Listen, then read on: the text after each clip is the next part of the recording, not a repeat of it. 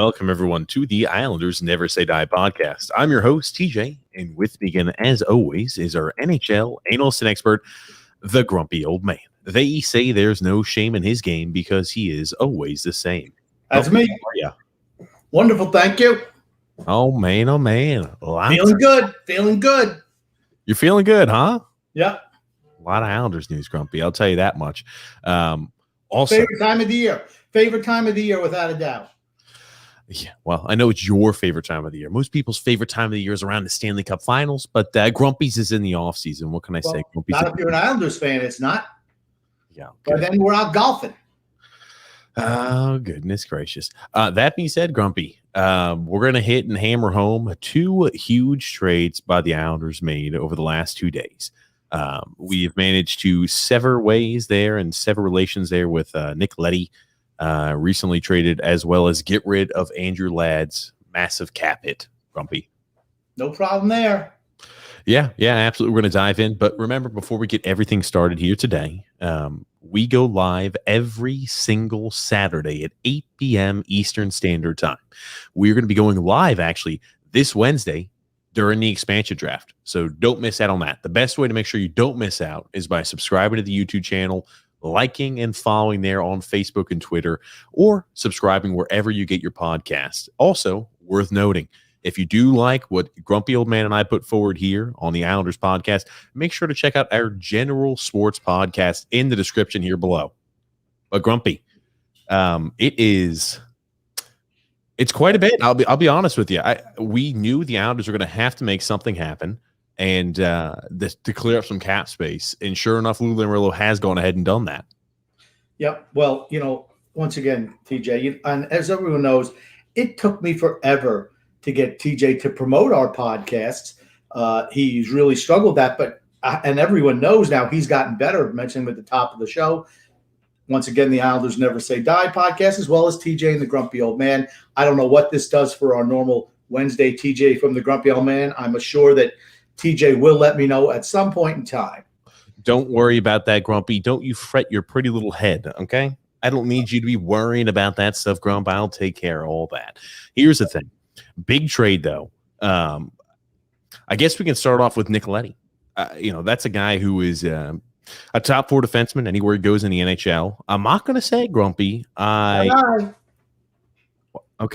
I'm not going to say I foresaw the future here.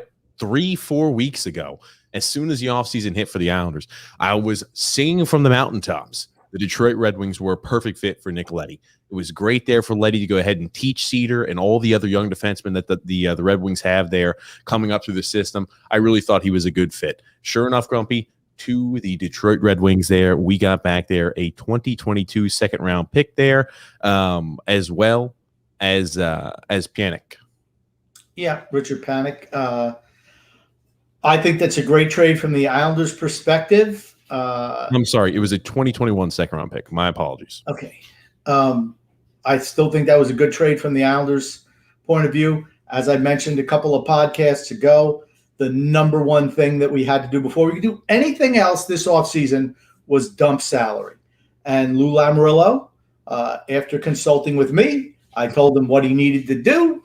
He finally did something I asked him to do. Now, will he mess it up down the stretch? Probably.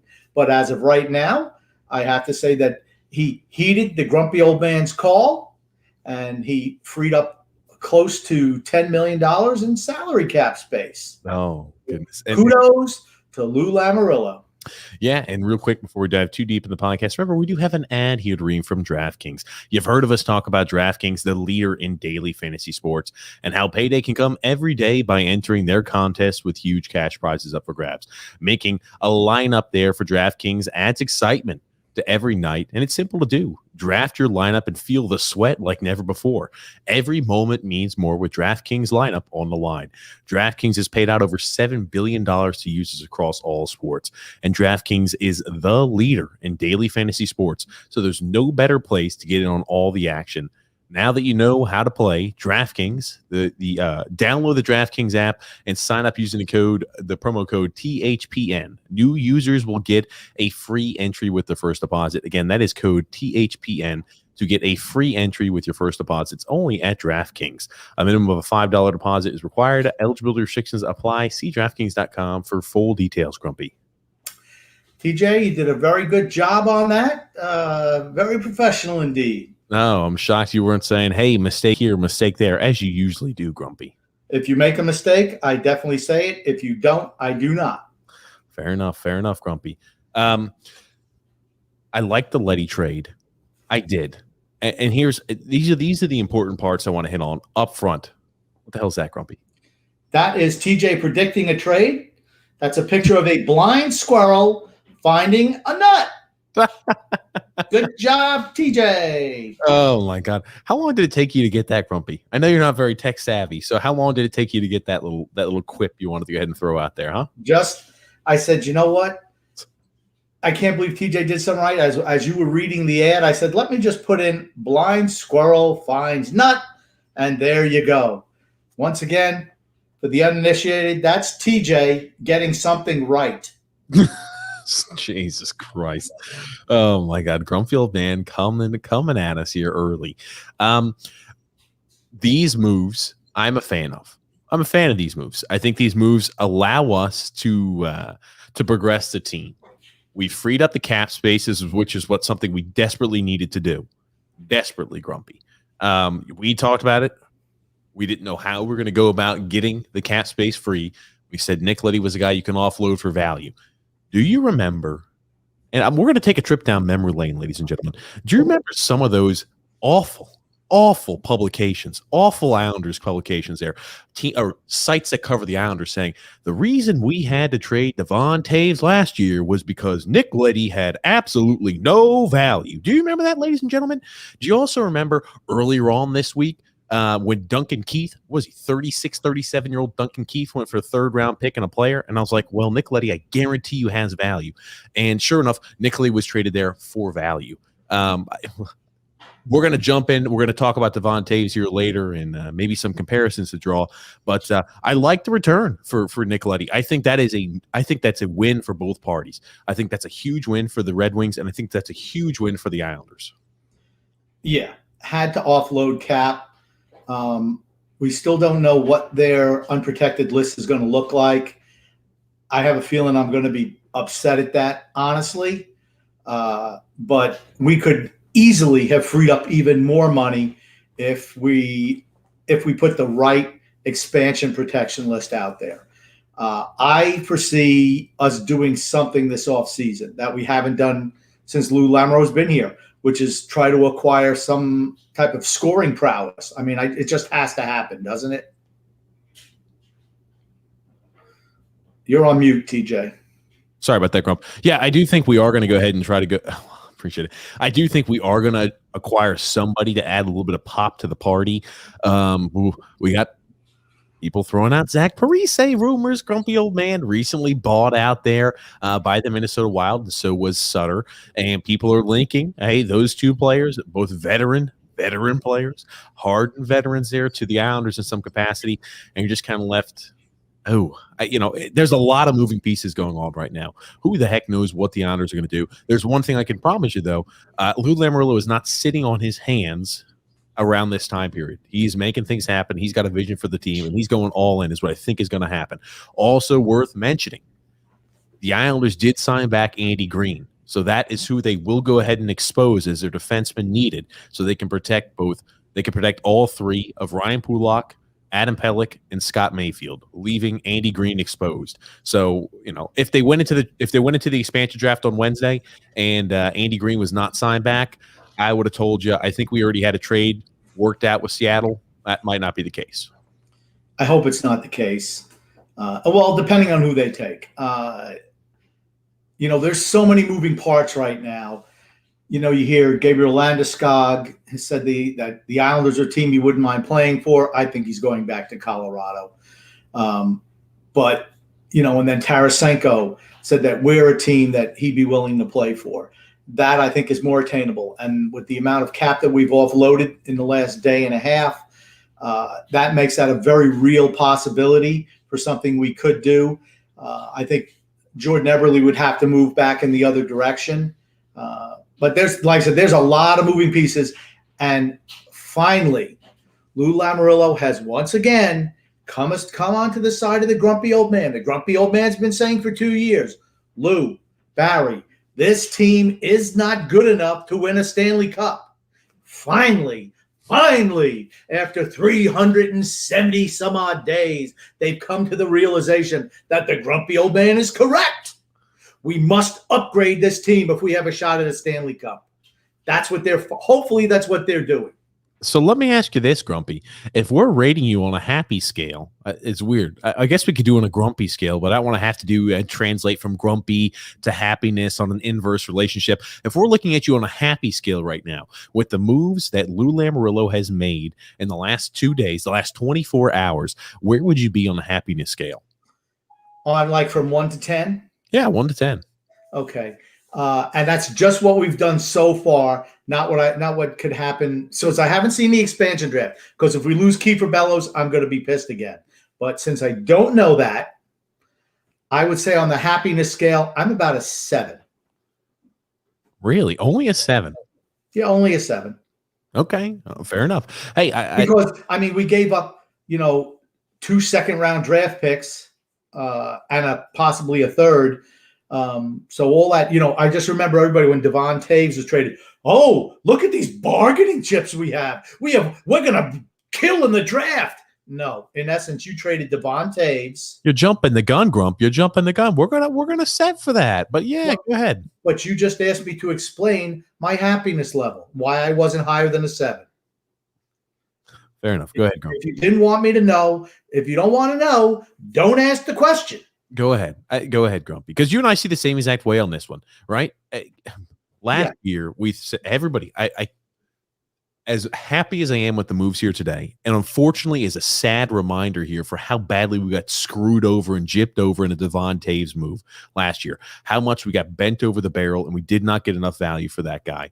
Because if you're telling me straight up last offseason, we were going to go ahead and have to trade Devon Taves, a young defenseman who is signed on a very manageable contract, who plays top pairing defensive minutes for the Colorado Avalanche, whether you like him or not, he's a top 4 defenseman across the entire NHL, who is 26 years old at the time period. We traded a young top 4 defenseman on a very manageable deal to get rid of Andrew Ladd and a $4 million cap hit. I would have called you crazy. I was like, I'm not a big fan of that. And essentially, that's what the deal is. We might also have to give up a conditional 3rd round pick. The conditions aren't out, I believe, on that 3rd round pick just quite yet, Grumpy. Yeah, it's an awful lot to give up to get rid of that salary cap expense. There were so many things they could have done. I heard that Nick Leddy was going to be exposed and Seattle was going to grab him. I don't see what's wrong with that, honestly, because the whole reason for the expansion draft from our perspective, an Islander perspective, is to offload salary. So for me, this should not change.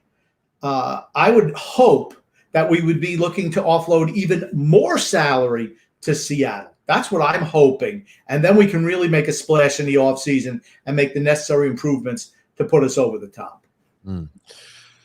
I'll be interested to see what we do with Seattle. Hey, Tarasenko has been exposed, right? And here's something interesting to take into account here, ladies and gentlemen. Not only has Tarasenko been exposed, but there was word that at least 4 teams were interested in taking on Tarasenko's full cap hit.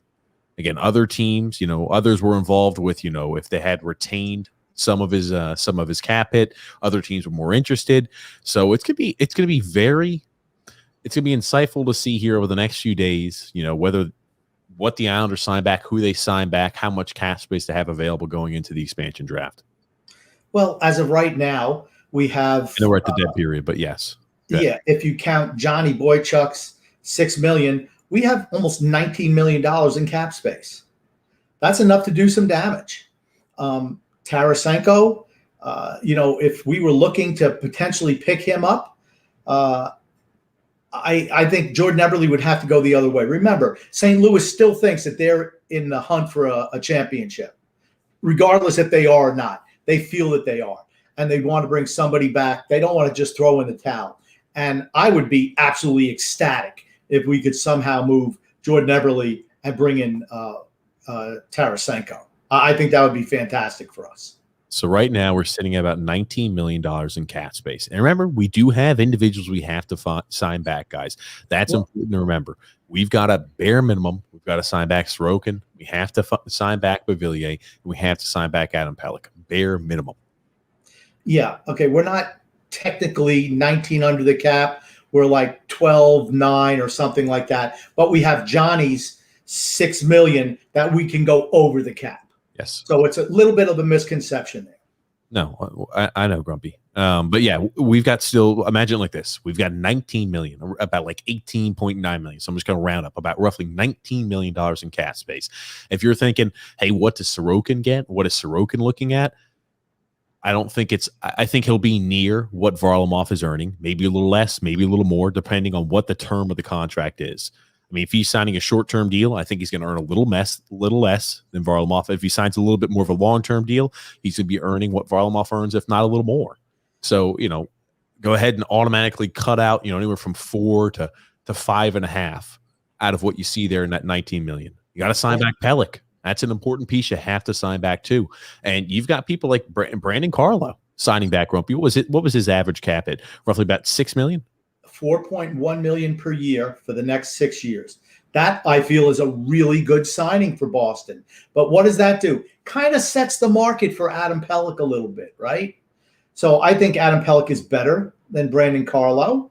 But I could see, Pelech. Remember, you're going to have to buy out a year or two of restricted free agency. So maybe they throw him $5 million a year. Is that too much for a guy who's really just a defensive defenseman? Perhaps, but he's invaluable to this team, really. He and Pulak are invaluable at this point. They're the number one defense pairing. And that's what, offloading a couple of these contracts, that should make that pretty smooth sailing getting those contracts done. I don't think we're going to have any issues at all signing back our restricted free agents. I'm just wondering, let's say, for entrance, you mentioned something about Vince Dunn and the Islanders having interest in Vince Dunn from St. Louis. What if they kind of expand that deal at Tarasenko and a Vince Dunn, and then you have to move, maybe Eberle, and what about Anthony Bavillier, right? I mean, that's another option too. I just can't see St. Louis just giving those players away, but I think that we could match up with them, honestly. Well, I did want to mention this really quickly. Andrew Ladd, grumpy old man, at least reports say he's expected to play in Arizona. He's not going to play.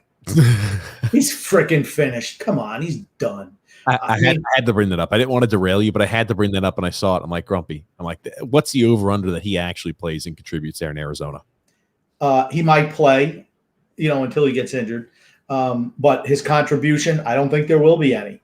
I mean, let's be honest. We tried to do what companies do to employees all the time, right? They try to make it so miserable, and that's what the Islanders did. We tried to make it so miserable for him that he would just quit, but he wouldn't.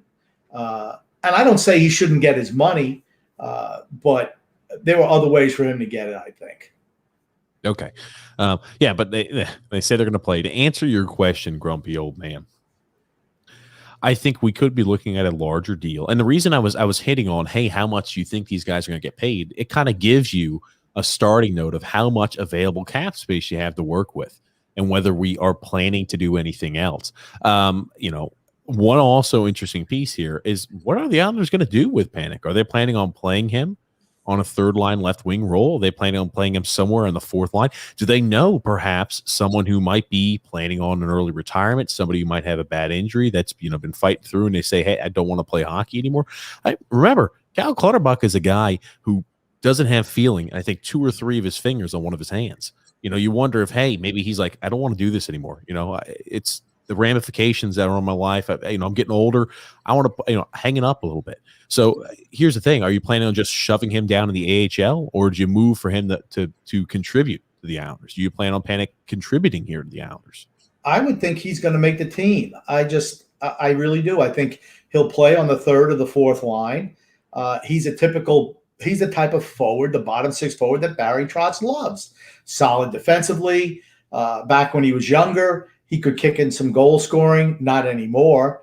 But those are just the type of ham and eggers that Barry loves. So maybe that was what swung the deal. Yeah, I know we got to get rid of Nick Leddy. Boy, if we get Richard Panik, we got to jump on that deal. So maybe that was the thought process. I don't know. But I'm not opposed to bringing him in. Detroit kept half his salary, which was like $1.375 million for the next 2 years. That helps out. I mean, like I said, there's nothing not to like about that deal. You know, if everybody says, and here's the thing. Now, everyone knows I've been hard on Nick Leddy the last couple of years, but he helped. But seriously, though, he made the Islanders relevant again. Those trades by Garth Snow back in 2015, the beginning of the season, that helped to bring some respectability back to the Islanders. And to his credit, he bought in, right? He signed a long-term extension on a team that was not very good, didn't have to do it, and he did. So let's give some kudos to Nick Leddy. I don't think he's as great as he's been made out to be by a lot of Islander fans, and certainly not by Barry Trotz. But, he served his purpose while he's here. Good luck, good riddance. Don't let the door hit you on the way out. I'll keep the 5.5. Thank you. Well, here's the thing. I think you're right. He did bring relevancy back to the Islanders, as well as Boychuk, as well as Trotz, as well as Lamoriello. There's a lot of parts and pieces to that puzzle. That being said, the way you were starting off by describing that, Grumpy Old Man, you sounded like an employer or a boss who is getting rid of somebody who they didn't want on their team anymore, and they were all floating into somebody else in the same company saying, as bad as you were at doing XYZ and this and that and the other thing, there was a few good positives you had in there. You just squinting your eyes at some items. Yeah, Nick Leddy did go ahead and help out long term, but there's a time period of transition, and he's going to get paid more in Detroit than he would be able to get paid here. I think he will sign another contract extension with Detroit. I think he's going to be a good person that could show some veteran leadership, a guy who's got a lot of playoff experience, who's won a cup before. He can teach those young kids in Detroit how to win. Teach the back line how to win. No problem at all with that. And I think that works out best for all parties. We got the cap relief we needed. We got the draft picks we needed to help offload further cap. So that's what the Islanders needed to do. But the reason I was kind of adding some of those numbers up, Grumpy, if I'm saying, hey, we've got $19 million available cap space right now at the moment, assuming Panic is going to be up there on the Islanders, we're not going to go ahead and subtract him by burying him in the AHL or anything like that. But if you think Sorokin's going to be making anywhere from 4 to 5, Pelech, where do you put Pelech at? I don't think Sorokin's going to make 5. I think maybe he'll make 3.5. I think that Pelech is going to probably make 4.5 to 5. And I think Beauvillier, depending on how many years they sign it for, what I don't want to see him do once again is signing somebody like they did with Ryan Pulock last year. So when his contract is up in a couple of years, he's an unrestricted free agent. That's how you want to pay through the nose, boys and girls. So I do not want to do that. I want to give him maybe a 4-year deal, give him $4 million, $4.5 million a year, because he's still streaky, but he is a very good player performer for us. I disagree with how long we should give him. I think if you're thinking about a guy to give a bridge deal to, I think Beauvillier is a perfect candidate. You're right. He's unbelievably streaky.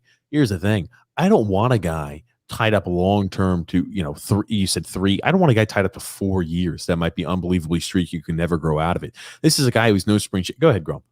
Okay. Think about all the older guys on this team who they're like, you ever watch The Market? They're like diminishing returns. Okay. But not, Anthony Beauvillier can just get better and better. Yes, he's a little streaky right now, but I'm going to tell you what, he brings energy to this team.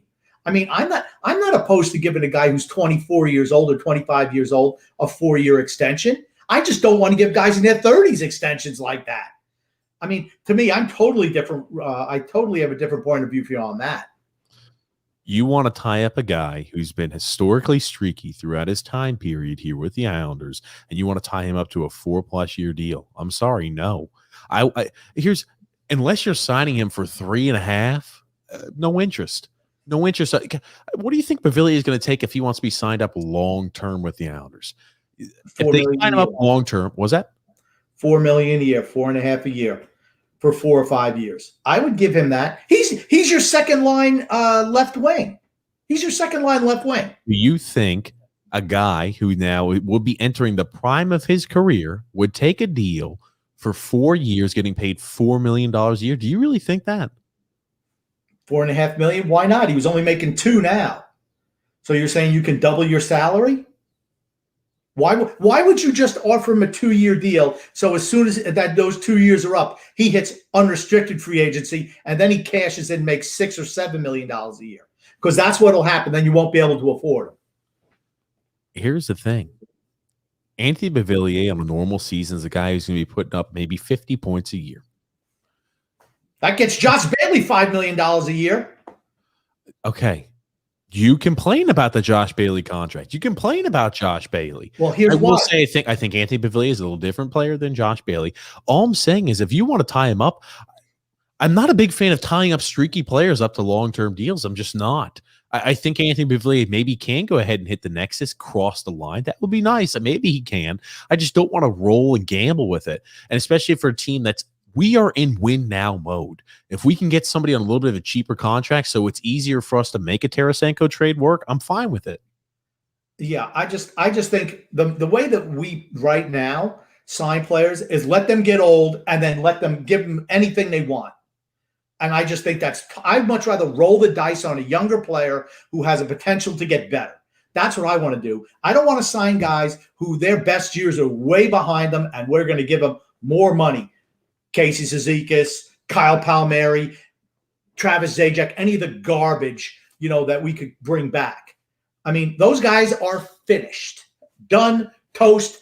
Unless it's a 1-year vet minimum, I don't want any of them, honestly. I'd much rather sign a younger player, show some trust in them, and let them develop. Anthony Beauvillier brings much more to the table than Josh Bailey in regards to not afraid to get his nose dirty, go into the dirty areas, not afraid to go into the corners, not afraid to generate offense. That's not what Josh Bailey does. That's why the Josh Bailey contract drives me crazy, is because he's just a jag, and he brings nothing to the table. To play devil's advocate, Josh Bailey's a better passer and has better vision than Anthony Beauvillier. Anthony Beauvillier is a better skater. I think Anthony Beauvillier fills what the Islanders have in this, a hard-nosed, blue-collarist type worker. That is exactly what Anthony Beauvillier is, a streaky blue-collar worker.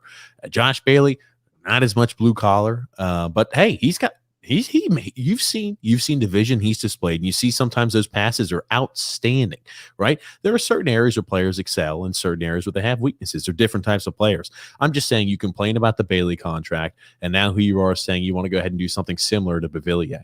Okay, think about it. Bailey has not even outproduced that contract that he signed, 3-4 years ago? He's not outproduced that contract. Absolutely not. You want to know why it's so easy to sign Josh Bailey back? Because whatever they throw in front of him, he's taking because he knows he's not that good. And I'm not here to rip Josh Bailey. It's not a Josh Bailey rip fest. You brought him up. I just think they're two different players.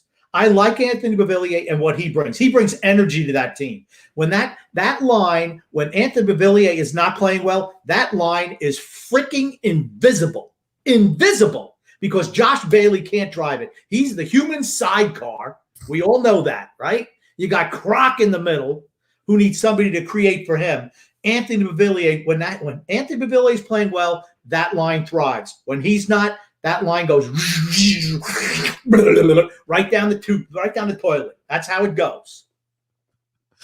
Oh my God. I'm not trying to bring up anytime I even mention the name Josh Bailey, it's like you have an apoplectic attack, Grumpy. You go, wow, and you start freaking out over here, Grump. That's all. You know what's going to piss me off? If they protect that clown and leave Keeper Bellows. Okay. You keep saying Keeper Bellows, from what I'm reading, he does not have to be protected. Because he does not meet. Here's the thing. I have no freaking idea what does or doesn't. I thought for the longest time that he did have to be protected. The way I'm reading it, like Cap Friendly says he doesn't have to be protected anymore. I have no earthly idea. I'm not a professional in that realm. The reason why the people who work on the logistics side, they know all the nuances to the law and the way that's written. I thought originally the way it was written, he had to be protected. The way I'm seeing things right now, maybe he doesn't. No earthly idea, Grump. He does have to be protected. He doesn't meet the minimum to count as a skater that the Islanders have to expose. That's what they're saying. Come you want information on the expansion draft? Just come to the Grumpy Old Man. I got all the information right here in my head. So here I want to get back to it. We got sidetracked big time. So Beauvillier, you think maybe $4 million, $4 million a year? I think 4.5. If you want to buy out some years of free agency, you're going to have to pay him that. Okay. If you're trying to tell me that we're going to pay Anthony Bavillier $4.5 million a year, and you said Pelly's contract is going to be between 4.5 and 5, I'm going to throw tomatoes at you. You ever go to the Renaissance Festival and you got the Joker over there? He's like, you can't hit me with the tomato. And they go ahead and they obviously try to go ahead and destroy the tomato so it doesn't hurt the guy back there. I'm throwing tomatoes at you, Grumpy. I'm sorry. Bavillier should earn less by a little bit more, than just, hey, close to what Pellick's going to be making. I just think the valuation there might be a little off, Grumpy. Goal scoring is more important than playing defense. It just is.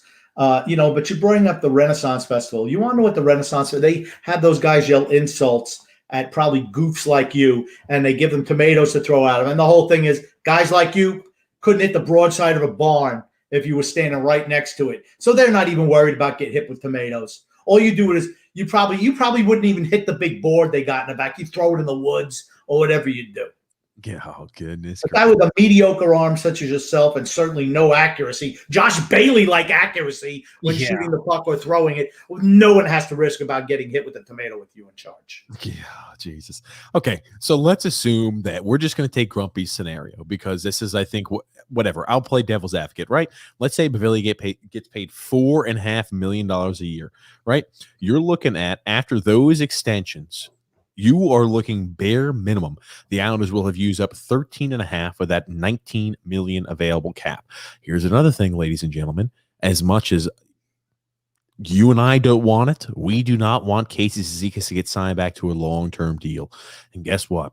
I think based off the articles Arthur Staple is writing, that's what they're alluding to, that Casey Cizikas is going to sign a long-term deal. If he signed a long-term deal, I'm betting you he's earning $2.5, maybe $3 million a year. Okay, so you think sign a guy in his 30s who's injury prone? That's definitely a guy worth giving. How long would the contract be? Have you seen what Arthur Staple's writing? He's writing sometimes that then you begin 4+ years. I'm just Bye. Hey, you're 30 years old. I'm not signing you to a 4-year deal. I'd rather sign a younger guy to a 4-year deal. That's what I would rather do. Get them in their prime, not when they're past their prime. That's something that we've done recently. And everyone, okay. Well, first of all, it's not 13 million. I don't think Sorokin's going to get anything more than 3.5. Then you do 4.5 and then 5. That's 12. So you still have, in essence, 7 million. But you can offload contract. It's about improving the first line with Matt Barzal, right? That's what the whole offseason has to be about. You can't skate a Komarov and an Eberle out there. You can't do it. If you were to give Sorokin 3.5, Pellick 5, and Bavillier 4.5, that equals 13 million cap. That equals 13 million of a cap hit. So you're going to have about 6 million to play around with. I'm hearing a lot of reports saying that Vince Dunn of the Blues is a player we're interested in. And again, now that's a younger player. I have no idea what the price would be on, a trade with Vince Dunn and Tarasenko. No earthly idea. It would be a huge one though. I can tell you, we are going to be moving quite a bit when it comes to that type of move. But remember, he's a restricted free agent. He'll have to be signed back. You'll have about 6 million. If they want to sign back Casey, they have that available. A lot of news and rumors coming around that, hey, the Islanders are interested in Zach Parise. And the reason I'm just kind of baffled by that, we trade for Panic, and if he's going to be playing, where else does Zach Parise fit? You know what? Trade for Zach Parise is like going into a diner and just saying, yes, what can I get you, sir? Get me some burnt toast. Because that's where he is as a player right now. He's 36 years old. He's absolutely freaking finished. He was a healthy scratch. 11 games last year with Minnesota. Healthy scratch. You talk about what he would have been, Grumpy, real quick. You know what he'd been like? You ever go to one of those skatoriums or like the skating rinks? He'd be like one of those pieces of pizza they cooked up at the morning and they've got sitting on one of those heat trays and it's been sitting there. It's like, hey, when it first came out of the oven, holy crap, that pizza was fantastic. You'd love to go ahead and grab a slice. But right now it's about 9 o'clock at night. They're getting ready to close. And you say, I'm kind of hungry. I want that pizza that was cooked at the beginning of the day. There's not much left there. Not much utility left there on that pizza. Yeah, the piece of pizza was good in 2006 when he was with the Devils. And now it looks like 2022 pizza. Not so good. All right, whatever. I like the toast comparison better, but whatever. Here's the whole thing, right? If you bring in Richard Panik why would you even consider bringing in Zach Parise? I don't see that's once again more overlap of the same type of bottom six player that we're already loaded with. We don't need any more bottom six players. Do not need them. We need to improve our top six. That's what we have to do. If this team is to be a contender for a Stanley Cup, we must improve the top six, not the bottom six. Well, the whole Jag squad is the bottom six. One guy on the whole team is a top six player. One guy on the whole team is a top six player. We need more top six players. Yeah. More, not less. And you're right. Dunn is a restricted free agent. That's why I mentioned, hey, maybe Villiers goes back the other way. That makes the dollars work because Villiers is going to make more money than Vince Dunn. Why? Because he's a forward. That's why. Fair enough. Fair enough, Grumpy. It's going to be interesting to see what happens. I am happy with the moves. It's unfortunate, when we look back on, again, I mentioned earlier, but man, oh man, did we get underpaid, grossly underpaid for Devon Toews. Essentially, we gave up Devon Toews and maybe an additional third-round pick, all depending on what the condition is and what that stipulation is, to move Andrew Ladd off the books. Yikes. So for 2 years, we're just going to leave that there. I thought what we did today and what Lou Lamoriello has done today was fantastic. I like what he's done. He's taken a bad situation that he mostly put himself in by signing Lee, Eberle, and Nelson to those long-term extensions, guys in their 30s. Mistake every single time. But he kind of bailed himself out a little bit this weekend. Good for him. Good job, Lou Lamoriello. Whoa! Good job, Lou Lamoriello. Now, here's the thing. If he's able to bring in a Tarasenko or a Landeskog and a Dunn, those type of players, then he would actually deserve to get GM of the year. Not like the last 2 years. Certainly not like last year. Yeah. I mean, it's like, why don't we just name it the Lou Lamoriello Award? Name it for him. Maybe they're going to rename it after he retires. This could be the annual Lou Lamoriello Award instead of GM of the year. It could be the Lou Lamoriello Award. The Lammies. The Lammies. Holy crap, Grumpy.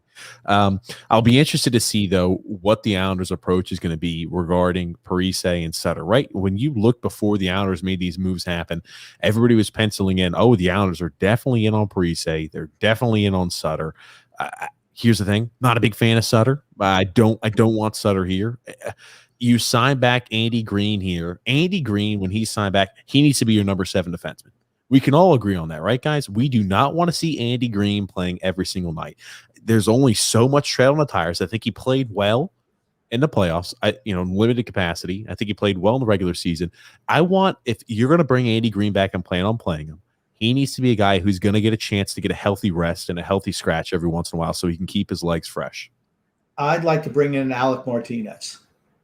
That's who I'd love to see. I mean, if you can't get a Vince Dunn, like Vince Dunn's 24 years old.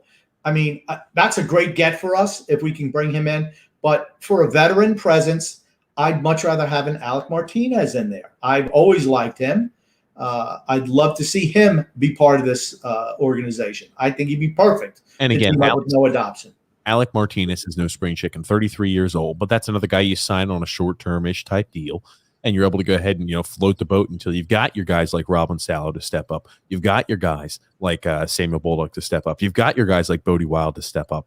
Those are all those transition type of pieces. So I'm not. It's not like Grumpy's having a change of heart, saying, "Hey, let's sign every 30-plus-year-old in the room." But hey, Andy Green at the start of next year or towards the front of next year is going to be a 39-year-old defenseman. I think Andy Green's very talented. You just need to make sure you have some sort of load management with him. I'm using a basketball term, Grumpy. Load management. I don't even want him to be. I don't even want him to be a bottom pairing guy. Who would you pair him with? Unless, of course, we're just going to keep Noah Dobson on the third pairing with Andy Green, which wouldn't surprise me at all. Keep Mayfield on the second pairing and pick up, maybe Vince Dunn. Just kind of roll it out that way. Like I said, we don't know yet. There's so many moving parts. We're just kind of spitballing here. But this is an exciting time. Like I said, I'm always having fun during this time of the year. And really this year, because the Islanders look like they're actually going to consider making moves to make the team better, which is all I care about. Yeah, I don't want to see any retreads. I don't want to see the Sutters. I don't want to see us signing guys who are 36 years old. I mean, the only team in the league older than us is the Washington Capitals. That's it. We're the second oldest team in the league.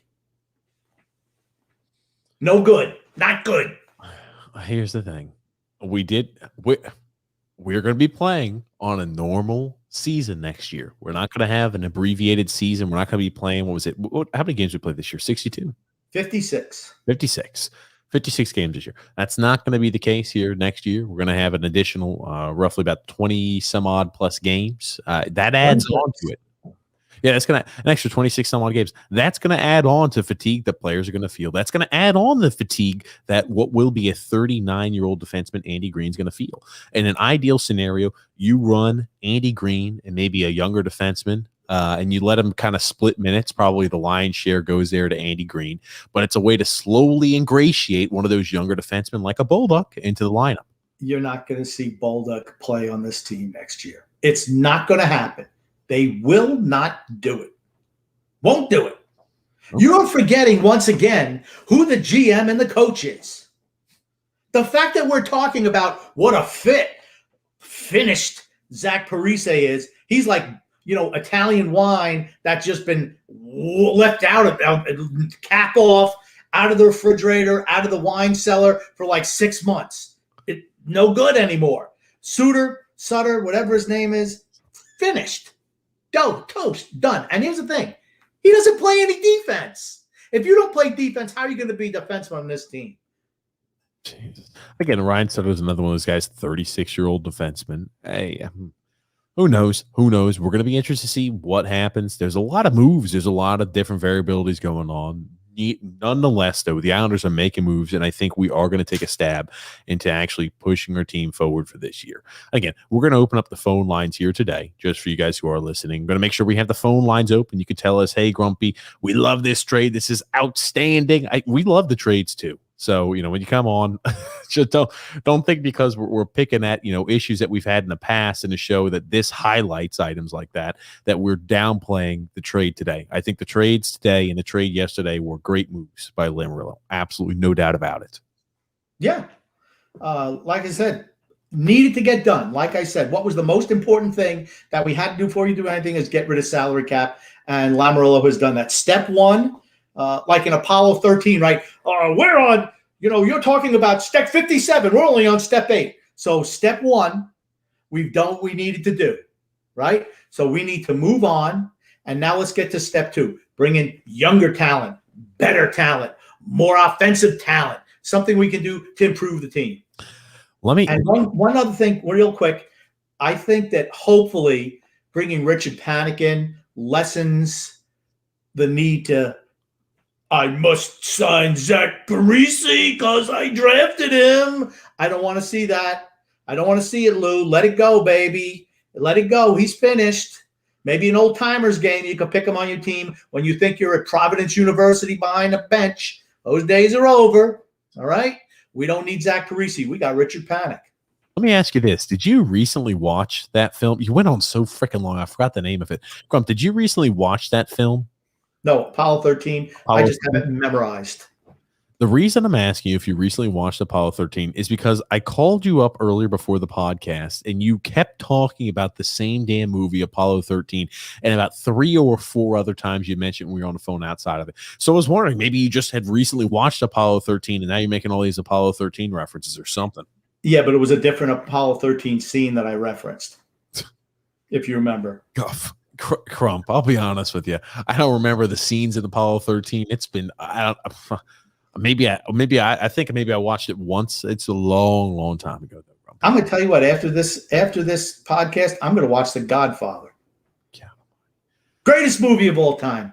I will tell you, for you to say that Zach Parise is finished, I do disagree with you here. I think he would be good as a cheap third line left winger. He has scored. He has scored here in the past. And, you might say last year, he played 45 games, only had 7 goals and 11 assists. You look 2 years ago in the 2019-2020 season, and 69 games played in the regular season, 25 goals, 21 assists. I'm Okay. just telling you. I think Zach Parise would offer a little bit of offensive pop on a third line. That's all. Okay. What did Oliver Wahlstrom score last year? Can't tell you off the top of my head. He had more points in less games than Zach Parise. We don't need Zach Parise. We don't need Zach Parise on this team. We don't need more guys in their late 30s. We don't need any more of those. We need to get younger and faster, not older and slower. Younger and faster. We're on a good path right now. We're dumping the Andrew Ladds. We're dumping the Nick Leddys. Maybe we can offload the Jordan Eberleys. We need to bring in high-end talent, not some ham and egg or hack, not some guy who was good 10, 15 years ago. I want players who are capable of playing now. That's what I want. Not guys who used to play, before they had high def and you watch them on the NHL network. Hey, look at him in the All-Star game. What was his number? I don't know. I can't make it out because it's fuzzy. Because it's not high def back then. Ladies and gents, Grumpy came and did some freaking homework beforehand, because you don't throw something off like that and say, well, Oliver Wahlstrom put up more points last year in less games than Zach Parise. I had to look it up, and sure enough, one less game Wahlstrom played, but more points. I'm going to tell you one thing. Grump was thinking, he was like, oh, if he brings this up, bam, I've got this point right here. Grump came prepared to the conversation. Something, you usually don't do something like that, Grumpy. First of all, I did not prepare. I just know he scored more goals. I know he did. I know he played less games. And that's with Parise being a healthy scratch 11 games. Why was he a healthy scratch? Because he sucks and he's finished. He's toast. He's Elvis Patterson. Who the hell is Elvis Patterson? He was number 43 for the 1986 New York Giants. They used to call him Toast because he was continually burned going down the field.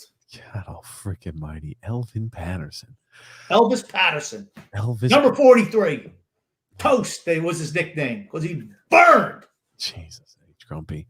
My goodness gracious. Bubba burned, baby. Bubba burned. Grump, do you have anything else to comment on before we open up the phone lines? No, open up the phone lines. Let's get to the comments. I'm fired up now. I'm ready to go. Grump, I'm going to let you know something. There are going to be a lot of comments we didn't see because I assume there's going to be a lot of comments. That being said, Scott Levy starts off with hey, guys, what 2 days the Islanders of getting rid of some huge cap issues? Had to happen for us to make any moves in the offseason. And so far, like I said, step one, we can still do even better, honestly, if we can somehow offload another piece of old garbage to Seattle, to the Kraken. It's so funny. I listened to that girl, the Kraken girl, and how she described Galloping Gertie and the Kraken and all this. And I'm like, my God, I feel bad anybody going there. Okay. Jesus Christ. Like the Kraken. Alexander says, I wish they would have thrown in Hickey with that Ladd deal. Oh, yeah. Why not? What the heck? Make the third-round pick count. Give him another third-round pick. Who cares? We don't use draft picks around this town anyway. When was the last time we used a draft pick? Simon Casper Holmstrom? How'd that work out? Not so good. Simon Holmstrom one didn't work out too well.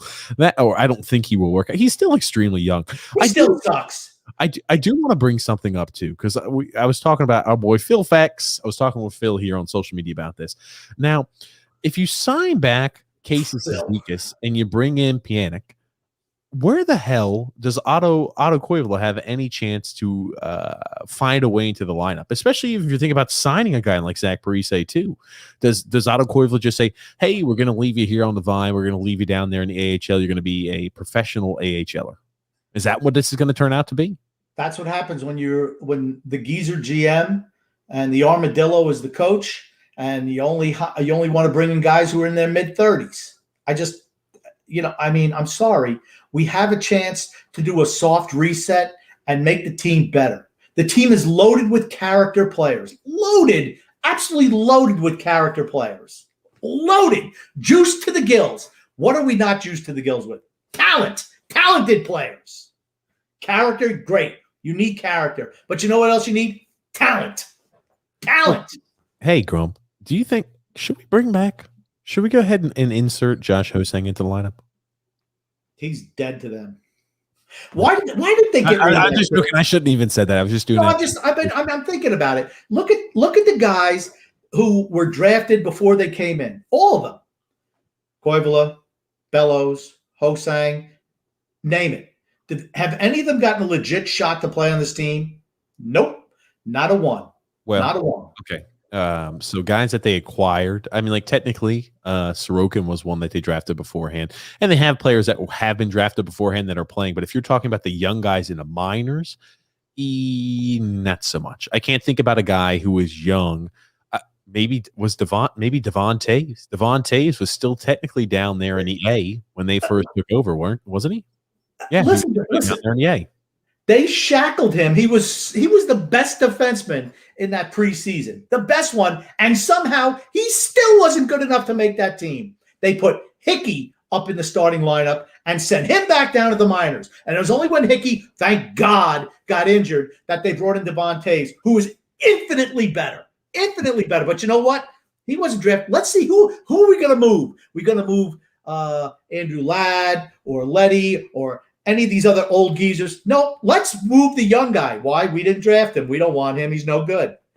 He can't play defense. Well, you think Nick Leddy played defense for this team? You think Ryan Sutter could play defense on this team? No. You want to know the funny thing is you think even back a few years ago when Adam Pellick was not the opening day starter for us. I think it was 3 years ago. I think he sat and we dressed Lucas Spiza.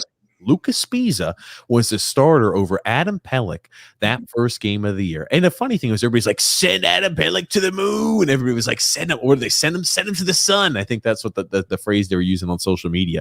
But Lucas Spiza, the guy they signed up, just a retread, awful, hideous, never worked here. He was the opening night starter, I think, the first game that Barry Trotz coached.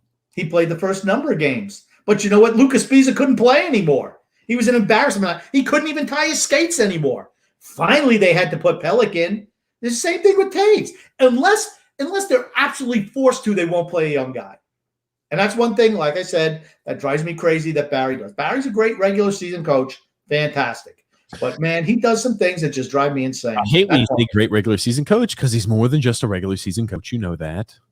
Yeah, he coaches in the postseason. I just don't think he's a great postseason coach. We made it to the Eastern Conference Finals back-to-back years. Back to back. What are you talking about, Grump? Back to back. After that, we got swept out by Carolina. Let me tell you something. Carolina's going to be problems for us next year. Mark my words. Mark down the podcast. 55 minutes and 20 seconds of July, whatever date, 18th. July 17th. 17th. Mark it down. Carolina's going to be problems for us. If they got a goalie, we're in real trouble with them. Well, hey, the goalie they did have, I can never learn his name, but I'm sure I'm going to learn his name in frustration here next year. Hey, you're live here with TJ and the Grumpy Old Man. Who do we have calling in? D-Cut. What's up, boys? What's up, D-Cut? How are you? Doing good. Grump, how you doing, buddy? Wonderful, D-Cut. Been a long time since I heard from you. Yeah, it took me 3-4 weeks to get over that Game 7 loss. I basically buried myself in a cave except for work. So finally out of it, got into the swing of things this week. Excited about what Lou did today. I've been hard on Lou since he took over, but you got to give him an A+. Shred a lot of salary. Didn't have to give up a first-round pick. Remember, Marlowe, Toronto had to give up a first-round pick to get his $6 million off the books. Ladd, $11 million over 2 years. Couple of second-round picks, maybe a third. Great job by Lou. The only thing I want to bring up is replacing Leddy. It's going to be a little harder than people think. Struggled in the playoffs, but very durable. 20, 22 minutes a night, and like you said, TJ earlier, losing Devon Taves last year. Basically, our 2 and 3 left side D men are both gone.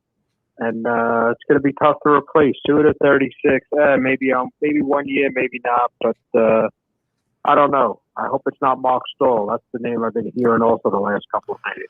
Ooh. So again, just wanted to thank you guys as always, and shout out to Isles Misery. I'll be try to call every week from now on. Back out of my rut. So be good, boys. Thank you so much there for calling in, D-Cut. Go ahead, Grom. Yeah, always good to hear from D-Cut. I was concerned about him. I had to send out some feels. D-Cut, you're right, brother. I want to make sure. I'm so glad that he's back being the first call. It's almost like it has to be. And I'm glad that he's come out of his rut. all I can say is, D-Cut, that we are moving on. I really think, hopefully, we're going to make some positive changes. And that's why I say, I'm going to bring in a left-handed defenseman. Alec Martinez is the guy I like. I think he'd be perfect with this grouping. I really do. Yeah, Grumpy, I'll tell you this much too. D-Cut made a few points there. I don't think we're done. I don't think we're done here with what we've seen from the Islanders. We're not done. We're not done. No way. He's not just signing his restricted free agent saying, let's roll it. Let's bring in some garbage to the bottom of the roster. I just don't see that happening. I hope not, because if we do, then it's a fail for an offseason.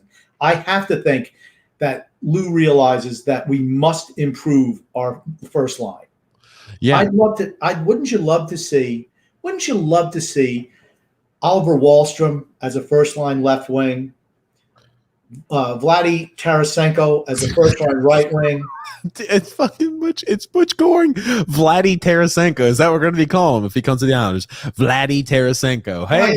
Yeah. Okay. And then you slide Lee down to the second line to the toad line with Kroc and Bailey. They work very well together. JG Pajot on that third line with Panic. Hey, don't panic. Richard, don't panic. Yannick. Yeah. And then somebody else is another third liner. I mean, I kind of like that lineup, honestly. Hey, you're live here with TJ and the Grumpy Old Man. Who do we have calling in? Hey, what's up? It's Alan from Charlotte. How are you doing, sir? What's up, Alan? How are you? Not bad. Love the show. And Grumpy, absolutely love your take. Two comments. First of all, I totally agree with you, Grumpy. If I'm them, I would expose both Bailey and Eberle, and I would protect both Bellows and Koivula. It makes all the sense in the world to get rid of the cap space. I hope you guys agree as well. Well, you know that I agree on that for certain. Now, Alan, you say you're in Charlotte. Whereabouts in Charlotte? Because I'm from Charlotte. Oh, I'm in Matthews. I actually moved from New York to Charlotte about 3 years ago. Okay. Well, I know where Matthews is. I live in Pineville, so we're real close. Oh, absolutely. And I have one more comment. As far as a guy to play with Barzal, I had 5 names that I came up with. Tell me which one of the 5 do you think is the most attainable? Tarasenko, Philip Forsberg. I mean, you look what Nashville did today. They basically want to just tell everybody. Johnny Gaudreau, Matthew Tkachuk, or Sam Reinhart. Which of those 5 guys do you think we can get to play alongside at Barzal? And as you guys mentioned, that's pretty much what this team needs. They need a guy to be the running mate of our best player. 100% correct. I think the most obtainable is probably Tarasenko, because Vladdy wants out of St. Louis in a worst way. So I think that he's definitely the guy who's the most obtainable. And with that salary, I don't think there's going to be a whole lot of suitors coming off those injuries. I think he's a great fit with Barzal. I'm certainly willing to roll the dice on Vladdy Tarasenko. I probably would say, I'd probably say so. I'd agree. I don't think Tkachuk. I don't think that's probably something we'd be willing to pay the price on a guy like that. I wouldn't mind Phil Forsberg. I'm just hearing a lot linked there to Tarasenko and maybe Vince Dunn. So maybe there's something larger in the works here. I don't think that they want to get. I don't think Nashville wants to get rid of everybody, but I don't think they want to get rid of Forsberg. I don't think that Matthew Tkachuk. Go ahead, Alan. He has 1 year left. He has 1 year left at $6 million. I know they have 2 of the worst contracts in the sport in Johansson and Duchesne. They need to get younger, and he has 1 year left before he becomes an UFA. I mean, he is the most obtainable right now, and I think he'd be an absolutely perfect fit next to Barzal. Yeah, I think he'd be a great fit also, but I think they want to keep him for whatever reason. And like I said, Matthew Tkachuk, I don't think there's any way that Calgary lets him go. Johnny Gaudreau, no, that's too much. And they say he's ticketed next year to Philadelphia, who did a nice job today picking up Ryan Ellis for Nolan Patrick, who's been a bust for them. And then Sam Reinhart, Another guy, I think he's obtainable also, but I just think Tarasenko is probably, if we're going to get a big name, that's the guy we're going to get. Yeah, absolutely. Well, thanks a lot, guys. I appreciate it. Love the show. Thanks so much, Alan, for calling in. We really do appreciate it. Absolutely, Grumpy. Now, I'll tell you that. Could you? And it's funny. He mentioned he mentioned Tkachuk, and my mind immediately thinks, I'm like, could you ever imagine if both the Tkachuks were playing on the same team? Holy crap! You want to talk about some absolute bruising? Oh, could you imagine both Tkachuks ever, if that was ever possible later on in their career, playing for the same team? I would love Matthew Tkachuk on this team. Oh, what a fit! Him and Barzal. Oh, they'd probably both be benched most of the time by Barry Trotz for taking unwarranted penalties. They'd lead the team in scored 100 points a year, but nope, we're sitting you because you took a bad penalty at the end of the first period of game. We're up 4-0. Well, here's the question. I think Matthew Tkachuk would probably spend more time in the box than he would on the bench. Well, and then he'd go right to the bench after coming out of the box. Yeah, I like Matt Tkachuk. I do. I do too. I think he's another one of those guys who plays that physical style brand of hockey you don't see too much of. I mean, you talk about him on the left wing. Whew. He's an agitator for certain. Yeah, no, for certain he is. Hey, you're live here with TJ and the Grumpy Old Man. Who do we have calling in? Brian P. What's up, fellas? What's up, Brian? How are you? What's up, BP? Good. I want you to know who gave you the props since that Detroit trade. Then I've been saying TJ called the Leddy to Detroit. Absolutely, VP did. Once I saw it, I was like, "Damn, fucking TJ's got that one, man, on the money." Yes, there it is, the blind squirrel. There it is. For those who don't watch on YouTube, you are missing the blind squirrel, aka TJ. Oh, Grumpy.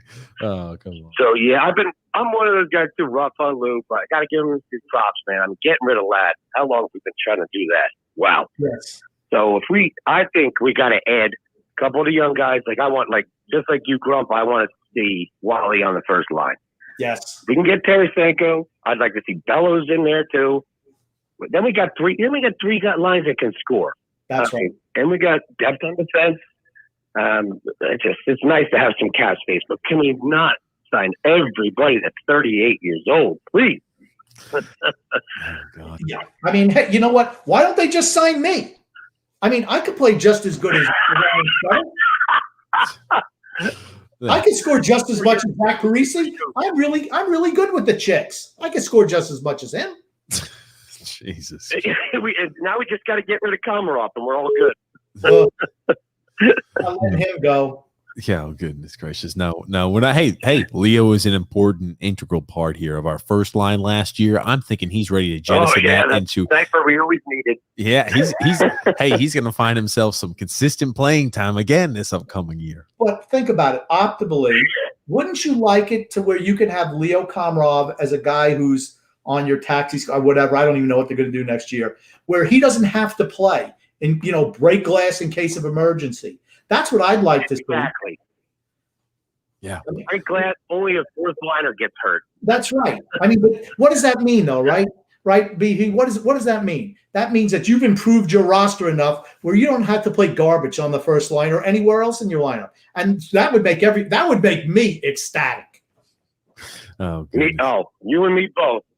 Yeah. But I just want to say, great show, guys. It's great to have my man D-Cut leading off again. Shout out to him and Al's Misery. And thanks, Brian. Next week, buddy. Thanks, bud. Have a good night, guys. Hey, we'll be live Wednesday during the expansion draft, but thank you there, Brian. BP there for calling in. We're going to be, hey, guys, don't forget, we'll be live during the expansion draft. I don't know how that night's going to go. I'm not sure how long we're going to be live for. I think it could be a little fun item. Well, I think we'll probably just play the expansion draft next to us there. And I know Grumpy will have to work on the technical aspect of that.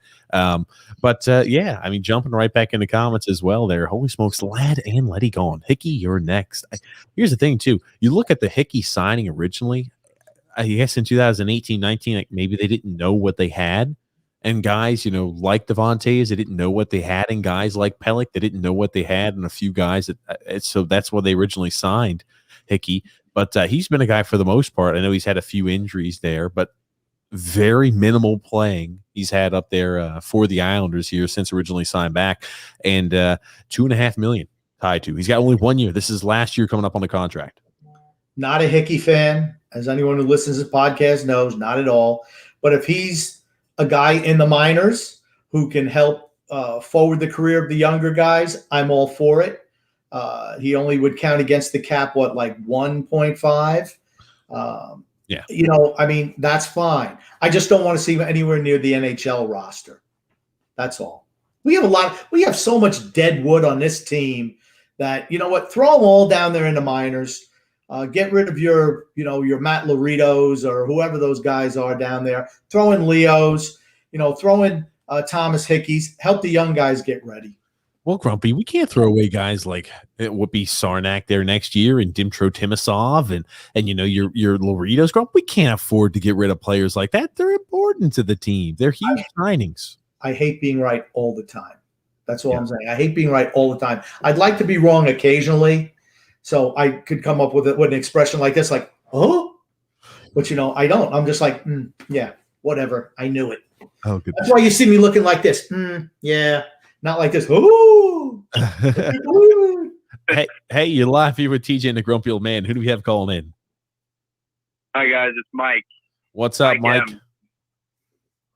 I just want to say, I got two things. But the first one is Grumpy said he was never wrong, but on last show he was saying Lou would do nothing until the trade deadline. Oh yeah. Trust me. I made sure. Trust me. I grilled the hell out of him after that. As soon as they started making moves, I said, "Look at this, Grumpy. Lou Lamoriello's making moves. You come at him all the time, Grumpy, and you say he never makes moves in the offseason. Lou Lamoriello making moves in the offseason, just the first two of a few, Grumpy. Oh, trust me, he's wrong on that. What I said was he has never made a move during the offseason, and I hoped that this year would be different." You know what it sounds like? You're moving the goalpost, Grumpy. You know who else moving the goalpost? Tom Brady for the Tampa Bay Buccaneers. Get out of here. Hey, Mike, what else did you have to say there, Mike?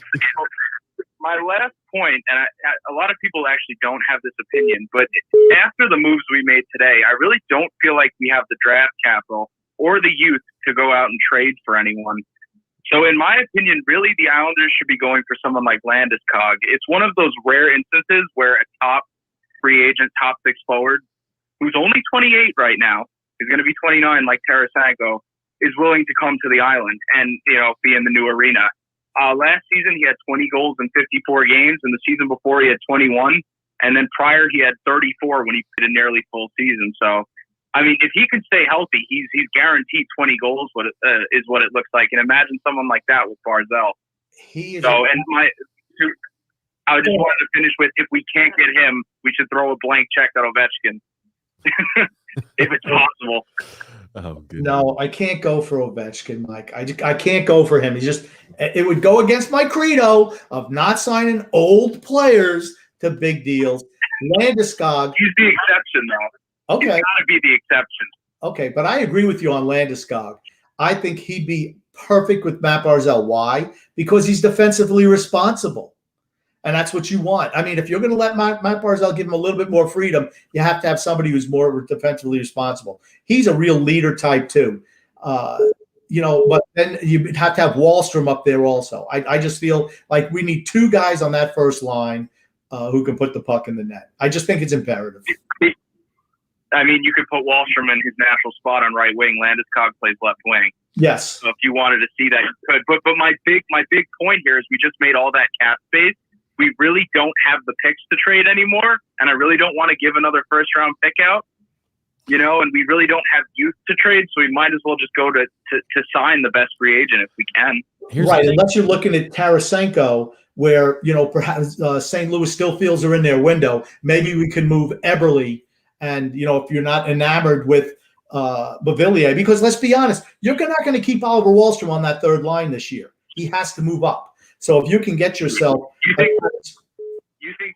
Seattle's not going to take Tarasenko though? I would. I don't know. $7.5 million on the salary cap with 3 shoulder injuries. I mean, they got to reach the cap floor, right? And they're probably going to take someone like Bellows from us. I hope not. You can't have 20 players who are under $1 million. You know what I mean? You got to have some big contracts. I think you're going to see. They're probably going to get. I mean, depending on who Nashville exposes, I wouldn't be surprised if Ryan Johansson goes there. He's making $8 million per. Yeah. I just think. I think it'd be interesting. I know we're talking before we know who's exposed because I'm going to have my own what Seattle, what the Kraken should do in the expansion draft ready for Wednesday night. But I'm geeked up. I'm just super excited, and I think that we're going to do something. All right, My last point, just because I know I've been going on too long, is I read from, I don't know if it was one of the writers for St. Louis or whatever, that they were exposing Tarasenko and protecting someone else who was nowhere near as good. So thank you guys for having me on, though. I just thought that was crazy. And if we can get Tarasenko, I'm all for it. But, if we don't have to trade, Landeskog might be a good option. All right, thank you guys. True. Thank you. There for calling in. They're protecting there, I believe, Ivan Barbasech. I think is who he was talking about. I did see that tweet. Grumpy. Here's another thing. We'll comment on that. Lou Lamoriello. Ladies and gentlemen, Lou Lamoriello has been hitting up the phone line. I know Grumpy had said, I hope and pray that Lou Lamoriello calls in there today because he wanted. It's Lou from the landline is who it is. It's Lou from the landline. I just call him Lou Lamoriello. Lou Lamoriello from the landline. Grumpy. LLL. Lou Lamoriello from Lou from the land. Lou on the landline is who it is. Is it? Oh goodness, yeah, he was calling it. Lou Lamoriello from the landline. We're gonna have to get you call back in. That being said, I don't disagree. If we're able to get a guy like Landeskog, terrific, excellent. I will tell you one thing. I think that means we don't need to sign back Beauvillier. Or you can use him as a trade piece. You don't. If you got a guy like Landeskog, we don't need Beauvillier. If he's really interested, you feel, hey, we can get a guy like Landeskog here. Move Beauvillier. Do it. I have no problem with that. You don't need. I don't need him. I don't need somebody to be playing there in the third line. I still would like to keep. I would like to keep Parise. I would in that situation too. I'd rather keep Parise over Beauvillier. Yeah, I don't know what. Yes. What planet are you from? Why would you want Zach Parise over Anthony Beauvillier? You got to be insane. I think timeline and window, it fits a little better. If you can get additional capital in some capacity for a guy, moving a guy like Beauvillier, you're bringing in Landeskog, Grump. Okay, listen to me. I want you right now, take your headphones off, go and just check the batteries on your carbon monoxide detector, because it almost sounds like you're just shot mentally, and hopefully it's because too much carbon dioxide or monoxide in your house. I mean, come on, no way. How about this? How about we move Beauvillier and Eberle to pick up? Oh, I'm really going crazy now. Beauvillier, Eberle for Dunn and Tarasenko. Then we sign Landeskog. Oh man, we're loaded then. We don't have $50 million in cash space. Get the hell out of here. We don't have that much cash. You're getting rid of guys as well. Come. You got to sign back Vince Dunn. And with this, Landeskog's not going to take pennies. I mean, that guy's going to want to get paid. Okay, you're right. And that's what I was going to say. I don't think Landeskog is coming here. I think he wants to stay in Colorado. They've just lowballed him right now. He's just using all these other teams, whatever the list of 4 or 5 teams he said he'd like to play for. He's just using them as, hey, let's come to the table. I want to stay here. He's the captain of the team. He doesn't want to leave. Yeah, they're using him possibly as leverage to go ahead and make sure that he does get paid. Now, maybe that is the case there, Grumpy. Maybe the going rate for captains is $7 million for 7 years. No, it sounds like you're making a little throwback there to our friend Anders Lee. Brian J said, I'm happy we cleared space, but what's the outcome with all this cap? Is he going to give Komarov 4-year deals? We need to still be worried. I'm not content until good contracts are placed with a sniper. I'm not worried, but here's the thing. I think he may, but these are some of the moves we've been talking about for a while that he needs to make, and maybe he is seeing eye to eye there with us. Yeah, I agree with Brian. I do, because I don't want to see the Zach Parises, the Ryan Sutters. They don't make your team better. They do not make your team better. We need to shoot for the stars. What do we need to improve? Everyone knows we need to get some snipers, some guys who can put the puck in the net. We don't need more guys from the third and the fourth line. Got plenty of those. More than enough. We have more than the whole league all put together on our bottom six. Everybody in the minors are bottom six guys. The whole team is a bunch of bottom six guys, except for one guy, number 13. Let's put some more talent with him. Hey, you're live. Hey, you're live here with TJ and the Grumpy Old Man. We've got Lou from the landline on, Grumpy. Is that you? This is Lou from the landline. Just clarification. It is Lou from the landline. I don't want anybody to be any trouble legally speaking. Lou, I keep on telling TJ that, but his little brain is just not grasping it. I try to be nice to him about it, but I think maybe I got a little bit tougher with him. Now, Lou, I heard there was a little ruckus going on in your house over there. What's going on with that? I heard a little tomfoolery, so to speak. What's going on? Well, there's a lot going on, a lot of plans, as you can tell. TJ maybe doesn't understand because there's nobody, clearly nobody as smart as you, Trump. Your brain, your IQ, intelligence is off the charts, as the young people say. Thank you so much, Lou.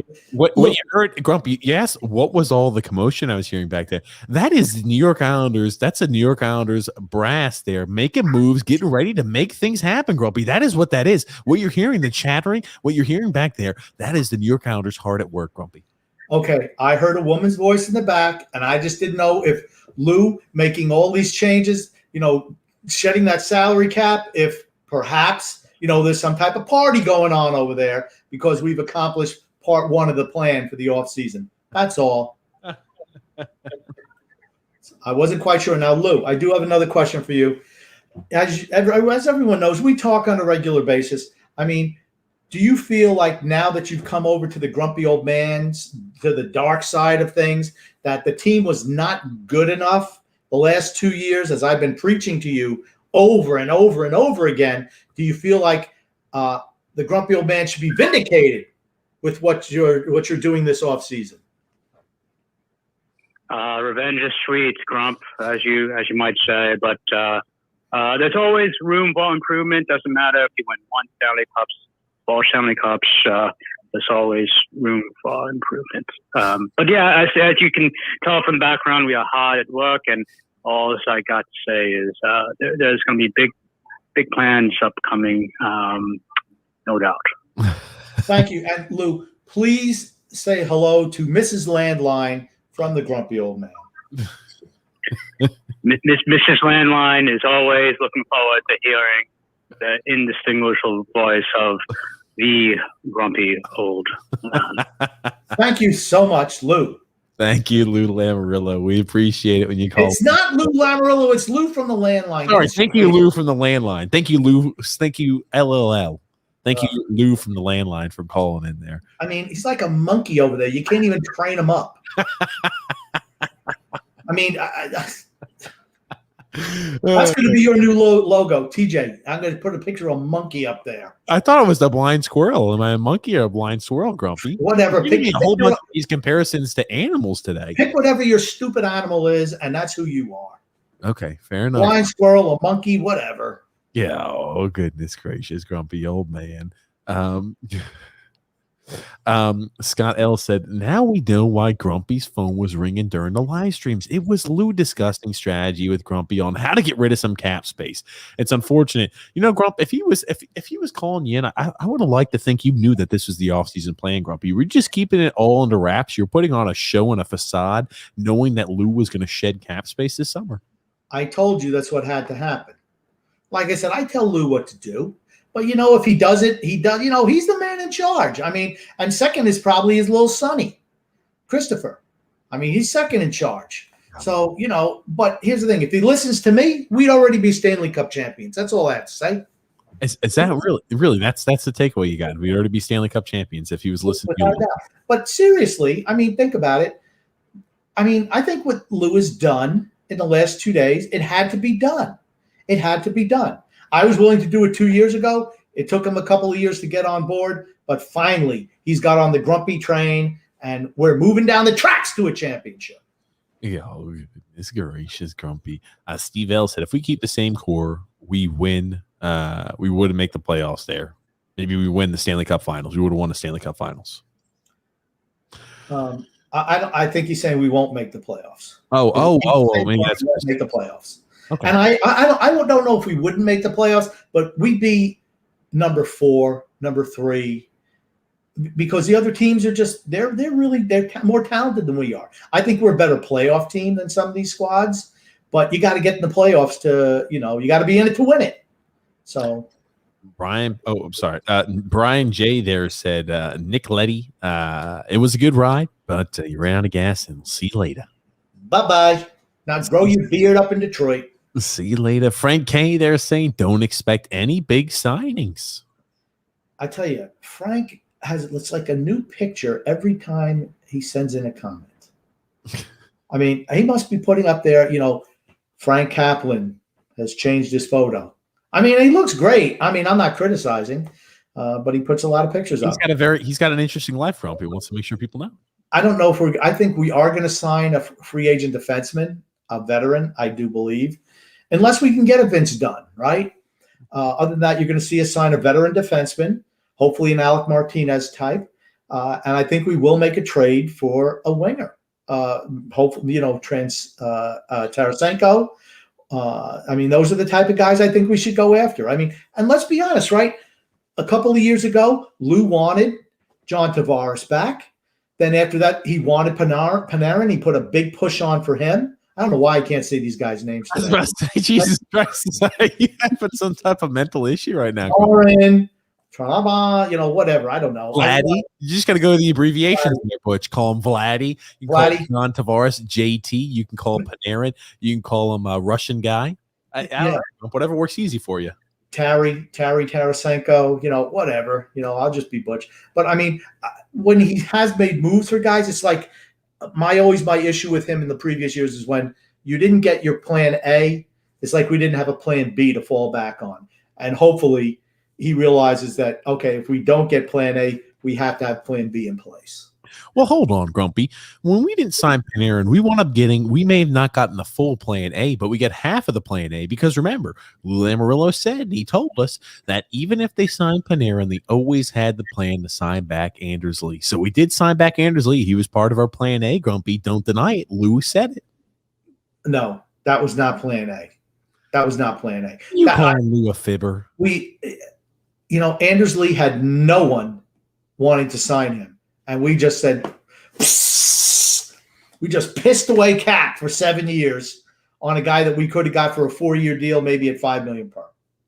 Go stop. We would not have got him 4 years, $5 million per. No one else wanted him.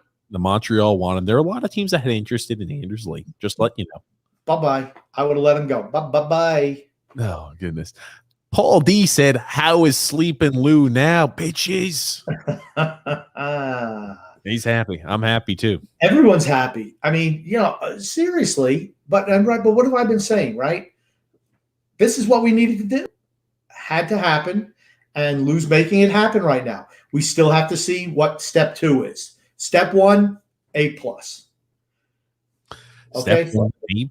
Let's give him an A. He did trade away draft picks for the next 15 years. But let's say he gets an A. Why? Because we had to make the team better. We had to shed Cap. Number 1. That's all I talked about 3-4 weeks ago. I'm not going to go back on it now because there's no shame in my game because I'm always the same. Well, here's the thing too. People are like, "Hey, I'm glad Lou Lamoriello was able to get him off the cap. Get him off get him off our cap there, Andrew Ladd, for not giving up a first-round pick. Hey, we only had to give up 2 seconds and maybe a third. That's a great job by him. Well, here's the thing, ladies and gentlemen. Lou Lamoriello has a habitual nature about him. Every single trade deadline, he likes to give up a first-round pick. So, for his standpoint, he wants to still have that first-round pick. He can go ahead and piss away this year at the trade deadline. I figured I tried to do the grumpy old man there that time. Did it do well? Did it stick? No. I'm going to go out on a limb here and say that he's not trading next year's first-round pick. It's a really deep draft. Next year is a really deep draft. Absolutely deep. Stout. Yeah, I'll be interested to see what happens here. Hey, I'm excited about this year's draft too, Grumpy. I've been doing a lot of research here. Tom White saying Leddy for Panic now.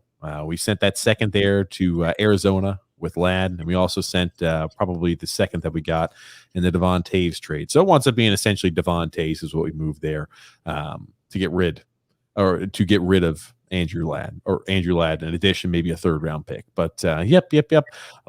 We were able to get rid of him, which is the important portion there. That's the most important part. That being said, moving right along there, grumpy old man. Young kids will work out better than old men. Toby O'Connor. True. Why? Because there's upside to the young kids. There's no upside to the old guys. None. Unless you're the grumpy old man. Plenty upside here. Matthew West said, we're not going to be giving Landeskog $9 million. He's going to have a hard time getting $9 million from anybody. I think you're going to see his unless he's taking a shorter deal. Unless he's saying, hey, I'm taking maybe even then, I'm sorry, $9 million in this atmosphere is just tough. He's not worth $9 million a year. And he's certainly not going to get it from us. He's not going to get that from Colorado either. I mean, they lowballed him on their last offer. But, I mean, if you could see him maybe getting $7 million from them, I think he'd stay. I think he wants to play there.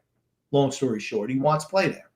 It's it's exciting. You've got a lot of great team, a very affluent offensive team.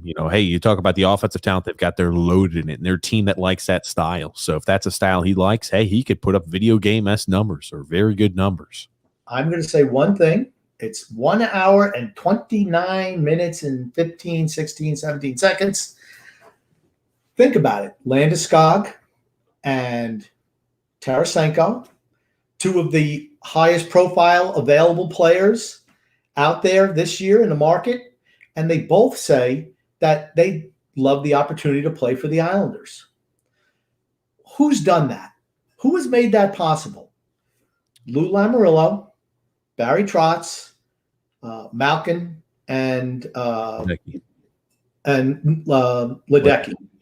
Yes, they have made that. They have transitioned this team from a loser in 3 years to a destination where players say they want to go. Because until somebody actually comes here, okay, they're just saying it. But at least they're saying it, which is step one. So, well, we've had players say that in the past that just use that to drive up their market value. That being said, I think, though, the statements you see now have a little bit more validity to it. I think with the brand new arena, that's top art. That's, state of the art. I mean, you're going to be playing there, on the island. No longer do you have to worry about, I know they weren't playing at Barclays. They were for a while there. And then, hey, we're at the Coliseum, the rundown Coliseum. The fans love it, but I'm sure the players are thinking, hey, we would like, the nicer amenities too, in the same token. But, you're going to be top of the line. And, the Islanders are a team where, hey, it's not a fluke. Last year, the last 2 years are not a fluke that they made it to the Eastern Conference Finals. Not a fluke at all. You look at a team that's on the cusp, the Islanders are one of those teams. So, yeah, we've got 4 people to thank for that. We got Malkin, we've got Leddy, and again, they've done a lot. They've, number one, got UBS in motion, and number 2, they brought in Lamoriello, who then brought in Trotz. They've done a lot for the team, a lot for the franchise, and a lot for the organization. So, yeah, we are no longer a laughing stock. We've talked about it. Big kudos to them all the way around. Yep. And as much as I rip on them, and I do, without a doubt, whenever they don't agree with me, they're wrong, of course. But you know what? I'm not going to say that they've accomplished something that hasn't been here for, 25, 30 years? Right? Yeah. Yeah, Grumpy. Andrew L. also said Robin Salo is a better skater than Samuel Bolduc. Robin Salo, I'm telling you, he's a guy I'm also excited about. I'm excited about Bolduc too. We've got a lot of young defensemen to be excited about here, and we might get to a point to where we have to maybe part ways with a guy, a defenseman, to go ahead and bolster a little bit more offensive firepower. We've got a lot of young defensemen down in the A that I'm excited about, though. Yeah, but we're not going to play any of the young guys. It's just not going to happen. And I'm fine with that if you sign the right older guys now. I mean, really, our defense core, if you think about it, is not an old group. They're not. Pulak and Pellick are just going to get better. Well, they should. Dobson's just going to get better. Mayfield is kind of what he is, but he's only 28, 29 years old now. So he's got a number of years left. I mean, so you want to, but you do want to transition the Salos and the Bullducks and the Bodie Wiles potentially into this lineup in the next 3 years. That's what you'd like to do. Recycle those guys. Then you can move a defenseman and get a forward. I mean, there's so many things. I mean, but it's just, yeah. I just don't think Salo has a shot. They're going to full year down at Bridgepoint, and the same thing's going to happen with Bridgepoint. Jesus, Grumpy, I hear you. The Islanders B League. Okay, Bridgeport, Grumpy old man. That being said, moving right along there, Would a Film said, YouTubers, don't forget to hit that like button and subscribe. Yeah, thanks there, Would a Films. Absolutely. You know what? Would a Films does that better than you do. He does. He does. No shame. No shame. He does do a better job than that than I do. If you like this comment, hit the like button and subscribe. God almighty, shameless plugging. No worries, though, Grumpy. That being said, moving right along there, Andrew Levy also said, hey, what do the Islanders do with Goloshev? Came to the United States to play in the NHL, right? When you look at guys like that, Anatoly Goloshev came over here, smaller guy who, had produced there in the KHL. That's a guy who's going to want a chance there to play in the NHL. Are we going to see a Yan Kovar part 2 with this? I don't know. He's so small. I know small guys can succeed in the NHL now way better than they did 20 years ago. But my gosh, he just looks tiny out there too. Optimally for him, you spend a year in Bridgeport and potentially have him come up and play some games on the third line. I mean, put him with Pajot and see what happens for a couple of games if there's some injuries. Yeah. Brian J. also said, would it be crazy if Lou Lamoriello gets Eichel? I don't want Eichel. I think he's been infected with buffaloitis. That's a loser disease. Just like the guys we got from the Devils. Losers. Michael T said the Islanders could sign Parise and Sutter or 2 or 3 year deals to make a cup run. I'm not sure. What do you do here now? If you were to get, I assume the Islanders want to sign back. They want to sign back Palmieri, right? I mean, they bring in. Why? Hold on. Hear me out. I like Kyle Palmieri. I thought his performance in the playoffs was more than admirable. I thought he found his stride and started to hit on all cylinders. Grump. I wouldn't mind at all if they signed back Kyle Palmieri, especially if he's going to take a hometown. Number one, it's a hometown discount, perhaps. And again, he's a guy coming off of a time period where he didn't play all that great last year in the regular season. I think he might take a cheaper deal than you imagine. If he's going to take a $3 million a year deal for like 2 years. I jump all over that if I'm the Islanders. He's going to get a better offer than that. He's going to get a better. Now, here's the thing. I don't think as highly of Kyle Palmieri as you do. But I never have. Okay. That being said, I think the Islanders should say, you know what? Go test your market. Go after a big fish like a Tarasenko. I don't think Landeskog's even an option, honestly. But if we can get Tarasenko, we keeping you awake, TJ? No problem. Anytime I do that shit, you always do that. That sounds like crap. I got to smile. I got a yawn coming on. Yeah, well, just put your little bird face on and do your yawn on. Or how about put the blind squirrel with the nut picture up there? That would work for everybody. Oh no, I screwed up. Yeah, whatever. But I mean, go after the big fish in Tarasenko. I mean, I think if our big acquisition is re-signing Kyle Palmieri this offseason, the offseason's been a fail because he doesn't make us better. We want to get better, not stay the same. The same won't be good enough.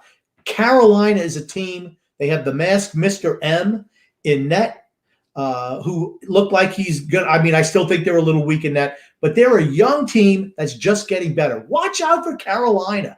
Watch out for them next year. They worry me. And here's the thing. Their style gives us a lot of trouble. Oh, goodness. I'd much rather play Boston at this stage than Carolina. Doug R. also said dump more salary. I agree. Eberle. Bailey. Shoot him out. Oh, my goodness gracious. Lee. Rich Arnold there says you're crazy if you think you can get Bavili on a $4 to $4.5 million on a 4-year deal to take that, and I'd take that and run. Yeah, I was about to say he's going to get paid more if you sign him to a short-term deal. You might be able to get. I know, like with the cap, it's an odd situation. I just don't want to tie him up too long term. I don't want him to be a guy where we tie up 4 to 5 years. I'm sorry. There's so many question marks I still have on Bavili. There's a lot of young players where I'm like, yes, I want to sign this guy. Yes, I want to sign him in long term. Yes, I want to sign him long term. Bavili is one of those guys that still have a lot of more question marks than answers about. I disagree. He does certain things really well, right? I've talked about it. He's got a lot of jump. He's got a lot of pep. The thing that always has bothered me about Bavillier is he's a guy who at times he struggles to stay engaged, and like he'll hit those slumps and he'll be completely cold.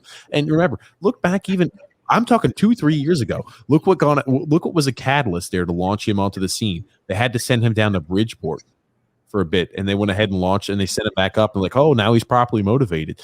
I just want to make sure that he's all completely engaged in, and that the streakiness isn't a big issue long term. I'm just not sure if he's ever going to get over that. He was 21 years old when that happened. He's a pro now, and you know what else he does? He scores in the playoffs, and he drives that second line. Playoffs?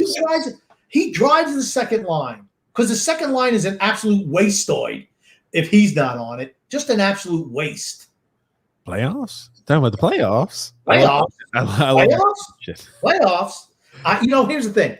I remember watching that live when that happened. I remember I was working for the Carolina Panthers at the time, and the game was over, and I was watching some post-game stuff, and I'm just watching Jim Mora just lose his mind, and I just thought it was absolutely hilarious. Great.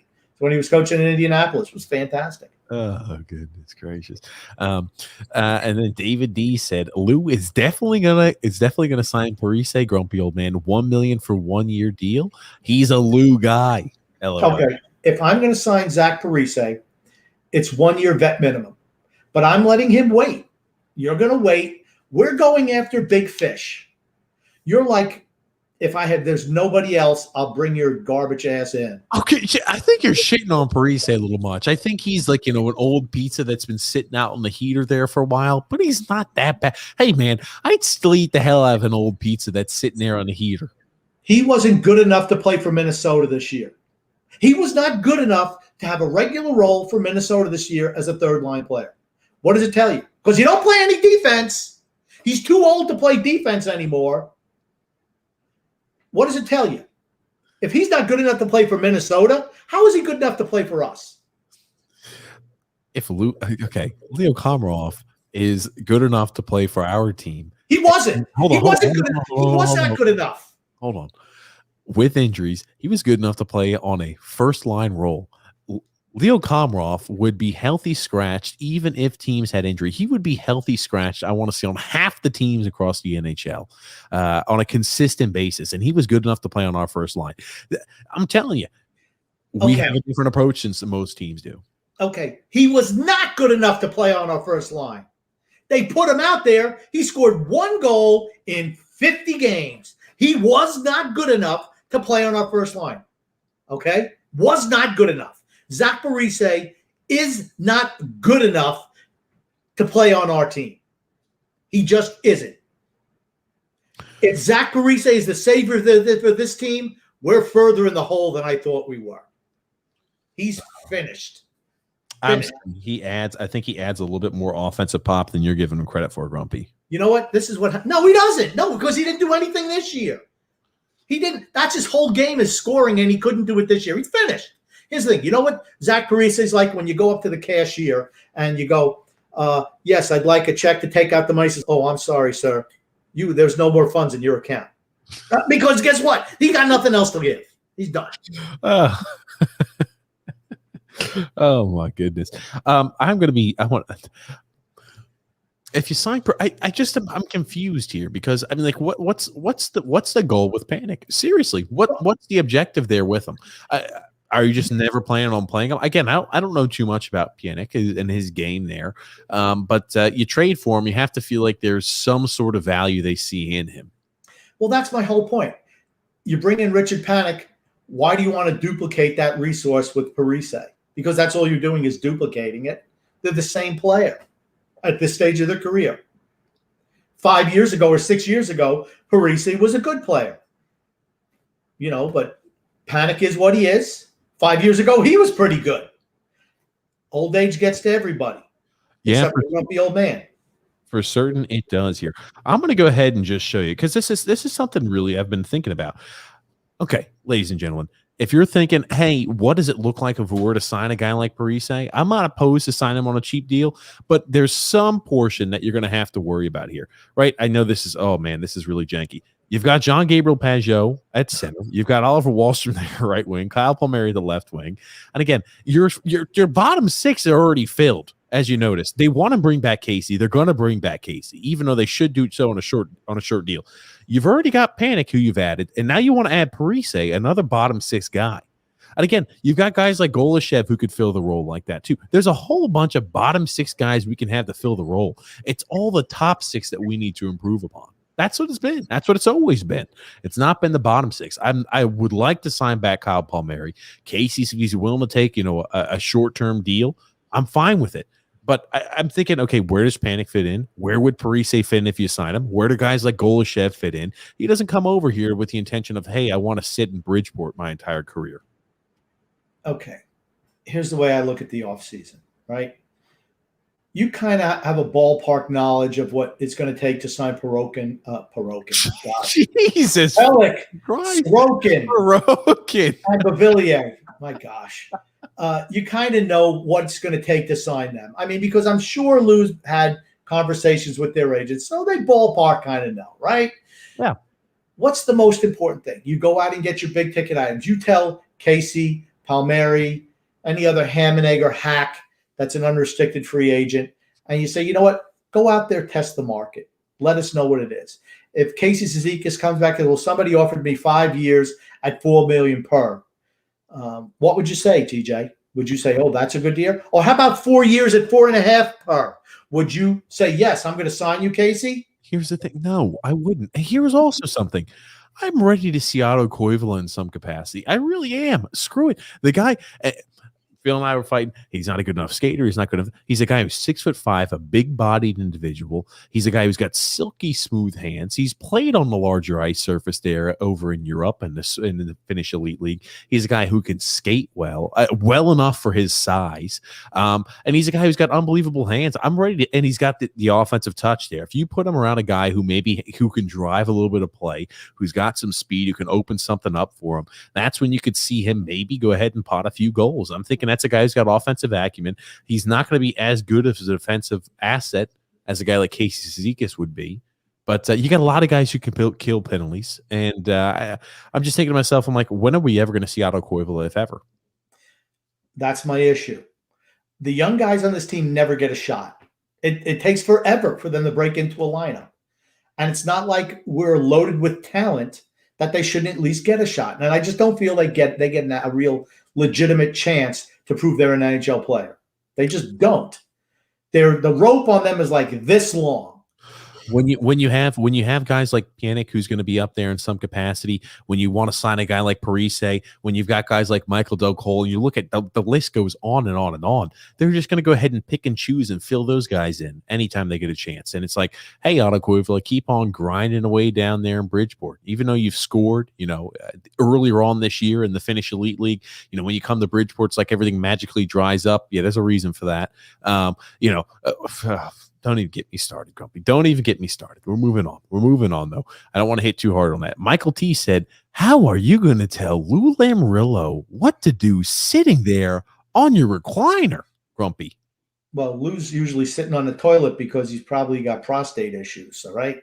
So, I can sit here on the couch. And, I'm going to tell you what. I don't have my chair reclined, and I don't sit like this all day, Michael. I think you do, Grumpy. I think I've only seen you on that chair. Sometimes you stand up when your charge runs out in your computer, Grumpy. I wonder if you ever move from that chair, Grumpy, old man. I do move from the chair. And I can see just by Michael's picture that he's got a New York Mets hat up there. Francisco Lindor, their big offseason acquisition on the DL, IL, whatever they call it, for the foreseeable future with an oblique injury. Yeah, God, those are Again, another oblique injury. well, the Mets are banged up all over the place. Pitching staff, decimated due to injuries. Same thing here with position players. Man, oh man, they just can't catch a break with injuries. This is not a Mets podcast, though, Grump. It's not. I'm sure we'll talk about that tomorrow on TJ and the Grumpy Old Man. You can find that podcast in the link below. Again, if you like what we do when we talk about the Islanders, make sure to tune in to the General Sports Podcast. Just hot takes all over the place there. Doug R. said, what's the love with Pjanic already? It's panic, not Pjanic. It's panic. You're still in Euro 2020 mold. It's panic. He's the perfect Lou Lamoriello third line winger. That's all. I don't think I have love for him. I'm just thinking that they traded for him. They want to have some value in him. They want to use him in some capacity. I know he was traded from Washington. Think about this, right? He was traded from Washington at the trade deadline to the Detroit Red Wings. To make the money work on the Mantha deal. Yes. So, I think, if you're going out of your way to acquire a guy like that, you want him to retain half the cap hit. You've got some sort of plan there for him. Yeah, it could be that. I mean, his play has been down also. He actually played better for Detroit than he did in Washington this year. So, here's the thing. He's just a Lou Lamoriello type forward. I think he's better than Timashov and Jarnac. He's actually played in the NHL. So, he's obviously better than those two hacks. John O'Neill saying, who are the big free agents next when we have a ton of cap space? I don't think we have as much cap space as we would like. Unless you're going to make more moves to shed more cap, I think we're going to be a little bit more hamstrung there, unless somebody's willing to take a deal on the cheap, because I really think they want to sign back Casey. I do. Seriously, if we're thinking, hey, what are we realistically looking at cap space wise? I think they're going to sign back Casey. I think they're going to give him probably like $2.5-3 million a year. I really do believe that. How long? No idea. I'd like to take him on a short-term deal, but I think he's going to get $2.5-3 million a year. As crazy as that may sound to some. Well, you listen to Staple, he's saying like $4 million per. I'm like, you got to be kidding me. Now, that said, also next year with the cap situation, we don't have Johnny's contract anymore after next year. So that's $6 million that we can't go over the top. So just something to consider also. Okay. You don't understand how that works, Grumpy. It's imagine like this. Imagine like this. If Johnny's contract wasn't on, just imagine we would have an extra $6 million there. I mean, like it says, like, hey, right now it doesn't change up our situation. When Johnny's long-term injury goes away, it doesn't change up our situation. What Johnny's contract means is we can spend $6 million over the cap. And once he's gone, because his contract runs out at the end of this year, that no longer counts. Oh my. You can embarrass yourself when you're wrong next podcast. I'm just telling you how it works. I understand how that works, Grumpy. That being said, when he's off of he will no longer. He's not on our books now because he's long-term injury. Yes, still, look, when you look on Cap Friendly, that still pops up there. All it's going to happen is when that happens and he's removed off the cap, now no longer will he be able to go over. It's also not going to count against it.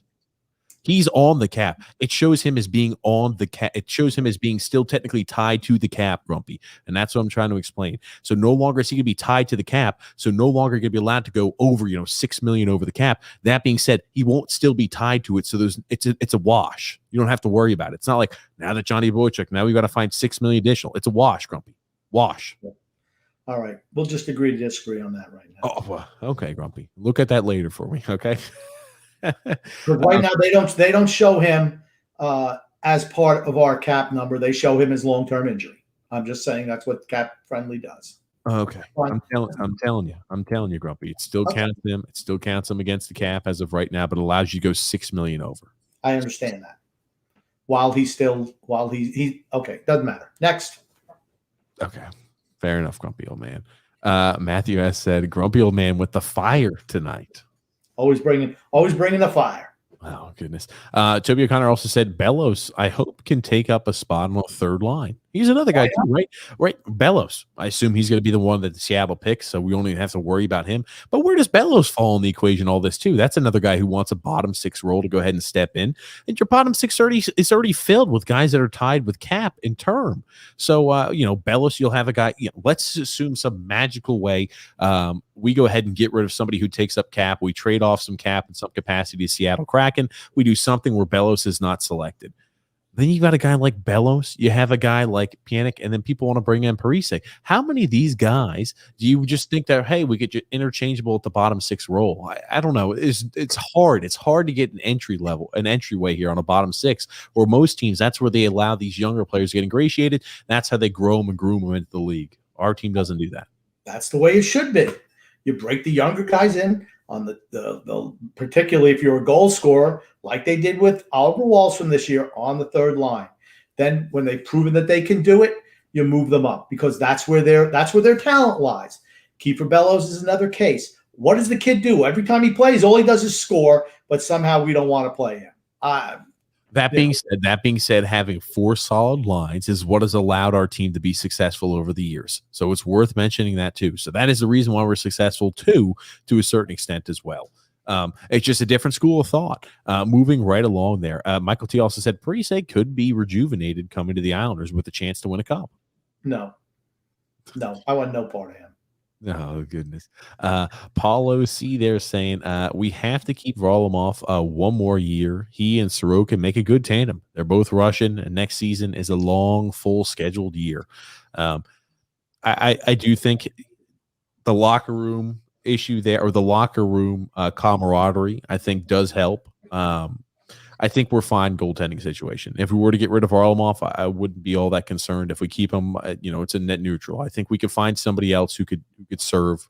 But if you want to get rid of Varlamov next season, no issue. You can't pay, long story short, both goalies $10 million year over year and expect that to work out well long term. Right. And like I've said before, Varlamov's a solid goalie. He's certainly played better here than he has when he was in Colorado for almost every year, and even when he was in Washington. Why? Because it's the system here. The system makes goalies look better than they really are. You have Sorokin, who is just an unbelievable talent, and with super athleticism, I think he's better than Varlamov already. So if it's me, if I'm Lou Lamoriello, I'm looking to move Varlamov this offseason. Why? His value is never going to be higher than it is right now. And if you could move him and get a first-round pick or a scoring winger or something along those lines, or a restricted free agent that you like, I'm all for it. That said, I think they're going to keep them both on the team for next year. Absolutely. Moving right along here, Grump. We're going to get some rapid-fire comments going here. David D. also saying there, Grumpy old man, you're like me. I want a goal scorer that's not over 30 years old to play on the Barzal line. Yes, without a doubt. Somebody younger who could put the puck in the net, without a doubt. Somebody who you have to be afraid of their shot. Wahlstrom, Tarasenko, those guys. Mm-hmm. Robert G. also said Elvis Patterson, number 34, Grumpster. He's 100% right. He was 34, not 43. 43 was Terry Kennard. He's right. I was wrong. Look at that. Hey, look at that. I was wrong. Oh, yeah, that's right. Jake K saying Kraken, the worst nickname in the league by far. Give it 10 years before they rename the team. The Kraken has like a long history in this is a city built on the water, and like the Kraken has been here forever. And Galloping Gertie, she lived underneath the bridge and tore it down. Hockey has been in this area forever. Yeah. The girl is so I tell you, DJ, I was this close to getting that clip because she's embarrassingly bad. I mean, she really is. She's a pretty, little 25-year-old girl, whoever's the VP of marketing there. But I'm like, how did that girl get her job? Because she knows nothing about anything, but she does talk like this. I'm like a Valley girl. Maybe she came in from California to the Kraken. Yeah. Hockey. Oh, goodness.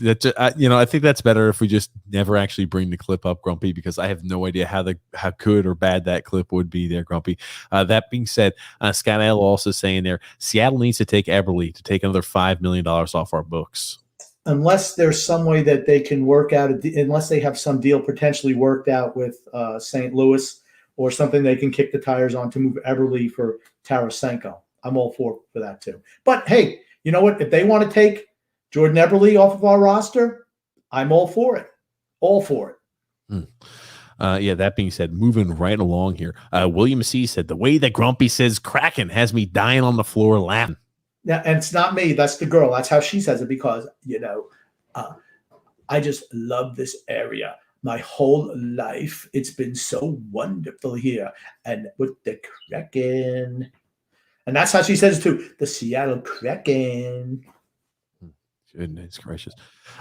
Did you see, Grumpy Old Man, what happened with Carey Price today? No. This was about an hour ago. It released it. Carey Price was not protected. And Carey Price has waived his no trade clause in the expansion draft. Why? Because he makes $8.5 million a year for how many more years? That's why. That's what the smart teams do. That's what they do. They don't protect the guys who make a lot of money.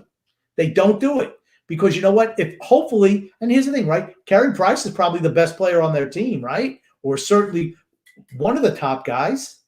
But I mean, he's got another 5 years at, $10.5 million is his cap hit. That's why those guys get exposed. That's why I have preached since day one, expose everyone on this team except for Barzell and Pajot who make money. So they're forced to take one of them.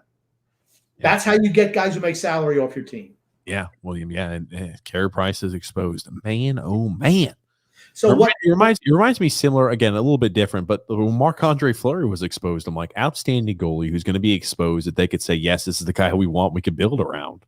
So what could Seattle do, right? They work out a trade with someone who needs a goalie. No. Yeah, so actually I've got this here. I want to show this up here for you, Grumpy. So he actually only waived it for just Seattle. So I'm going to go ahead and show this for you, but they will not be able to go ahead and pick them up and immediately trade them to a goalie hungry team here, as you're going to see here.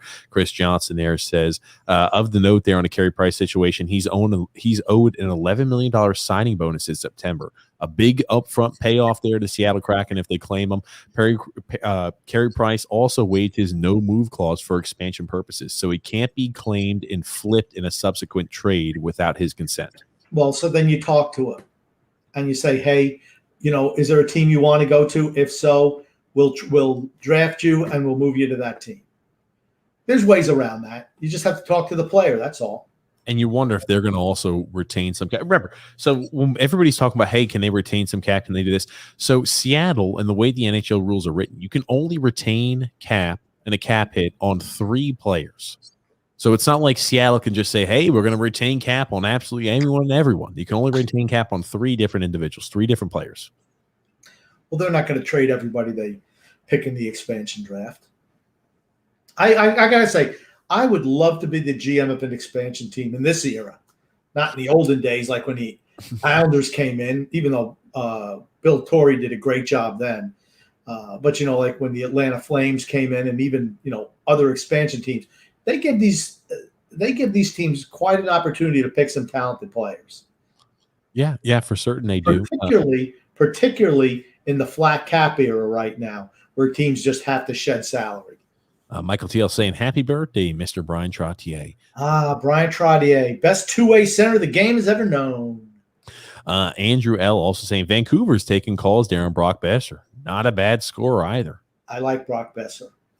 Again, I know he plays naturally right wing there. And again, he's a guy who, even in these shortened seasons, is usually consistently putting up 20-some-odd goals. That's a team, too, to where even though they've made, selections there to help, buffer out their defense, they could use young defensive prospects there. They're a younger team kind of stepping in. They're looking for something to go ahead and take them there to the next level. They made it to the playoffs 2 years ago, I think it was. And last year, I know they did not. So maybe they're looking to go ahead and get over that sophomore slump. Yeah, he's like 24 years old. He makes almost $6 million against the cap one more year. So you would need to pay him as he'd be a restricted free agent, I believe, after next year as well. But I'm all for bringing in young talent. Absolutely. Oh, goodness gracious. Moving right along there. Tom Whitehouse said Tarasenko will be 30 in December. He's had 3 shoulder surgeries. Do you really want to sign a guy who's entering his 30s and is banged up a bit? he'll be seeking some terms. So he's still got 2 years left there on that contract. So for the purposes of this team has a finite window to win, I think he fits perfectly in that because you don't have to sign him back after those 2 years are played. He said, after he went to Mr. Outside Hire there to do the shoulder surgery, he said, yeah, it's feeling better than ever. I think they finally got a fix there. He obviously all ties. He will not return back to St. Louis. He'll be gone in some capacity. Where he goes, we'll find out, but I don't think he'll be back. And you have to feel like the St. Louis Blues are going to be held over. They should be held over a barrel. They're over a barrel right now here with this. So, the situation they've got worked out, you should be able to get him on a relatively cheap, hopefully S type of deal. I think all ties are severed there between St. Louis and Tarasenko. Tell me you wouldn't take Tarasenko for Eberle. I know I would. And TJ hit the nail on the head, right? Yes, he's had 3 shoulder surgeries, but the first 2 were by the team, and they didn't get to the real problem, which is the crux of his disagreement with them now. So this third guy, the independent guy that he went to, says, oh, no, that hasn't been your problem. It's this. They clean that up, and now he's like, he feels great. Of course, there's any risk when you've had 3 injuries on this, 3 surgeries on the same appendage, but like I said, I'm willing to roll the dice, and it's only 2 years. So if it doesn't pan out, it's not like you're giving up first-round picks for him. You're potentially giving up a Jordan Eberle and maybe some other piece. I'm all for that, honestly. I got a few comments here. We're going to raffle through. You're going to beat Crawford B. There says, when the Islanders put Ladd in the minors, did his contract count against the cap? Yes, it did. It counted at a discounted rate. It was like what do they call it? A dead. 10%. It was a dead load or something is what they call it. He wound up only being like $4.3 million against the cap. But, Arizona's planning on playing Andrew Ladd. Well, they say that now. Wait till they see him on the ice. Well, I wonder if that's just them saying it, but we'll see. We'll see there. Jerry B said, Grump, what do you do for a living? Or before you retired, if you did. I was a data systems analyst. And I am still working, but only for another 40-something days, and I'm retiring. Well, congratulations, Grump. Moving right along there. Michael T said, a person you must think really highly of themselves. They think they know better than Barry Trotz and Lou Lamoriello. I don't think he gets it, Grump. I don't think he gets it. He doesn't get it. He doesn't understand. That's okay. You know what? Well, I'm not going to rip Michael. I like him. He he listens to the podcast, so he's got to be pretty smart. I'm just saying there's other ways to do things. That's all. And Barry and Lou are starting to realize that I was right all along. Their way didn't work. My way will. John M. said Montreal exposed Price in the expansion draft, protected Jake Allen. Price waives his no movement clause. Yeah, I'll tell you, that is crazy. Brian GL said, get Brush Kingston on the line. Oh, goodness gracious. And then John O'Neill also saying there, God, it would be hilarious if the Kraken take Price. I'm going to have, for the expansion draft, I'm going to play that girls thing with that. I've just decided it since we're doing an expansion Kraken thing. I mean, she's hilarious. I don't know how she got the job. Alexander also saying there, Alec Martinez would be a solid pickup. Hey, do you like the image that Alexander, he sent me that. Do you like the image he has on his Facebook profile? Yeah, it's 19 should have been the number, but 19's been retired. So, well, yeah, so we got that there. And then Michael M there saying Vince Dunn would be great. Would have been a great pickup. Well, see, now if I'm the Kraken, Vince Dunn is a guy, he's be the guy that I pick from St. Louis. I think they protected Vince Dunn. Oh, okay. They did. I think they protected Vince Dunn. I think they would have protected Vince Dunn if I'm going on a limb. Well, I don't know their expansion list, but I assume they've protected Vince Dunn. Yeah, okay. Because I think it comes out tomorrow at 10 o'clock in the morning.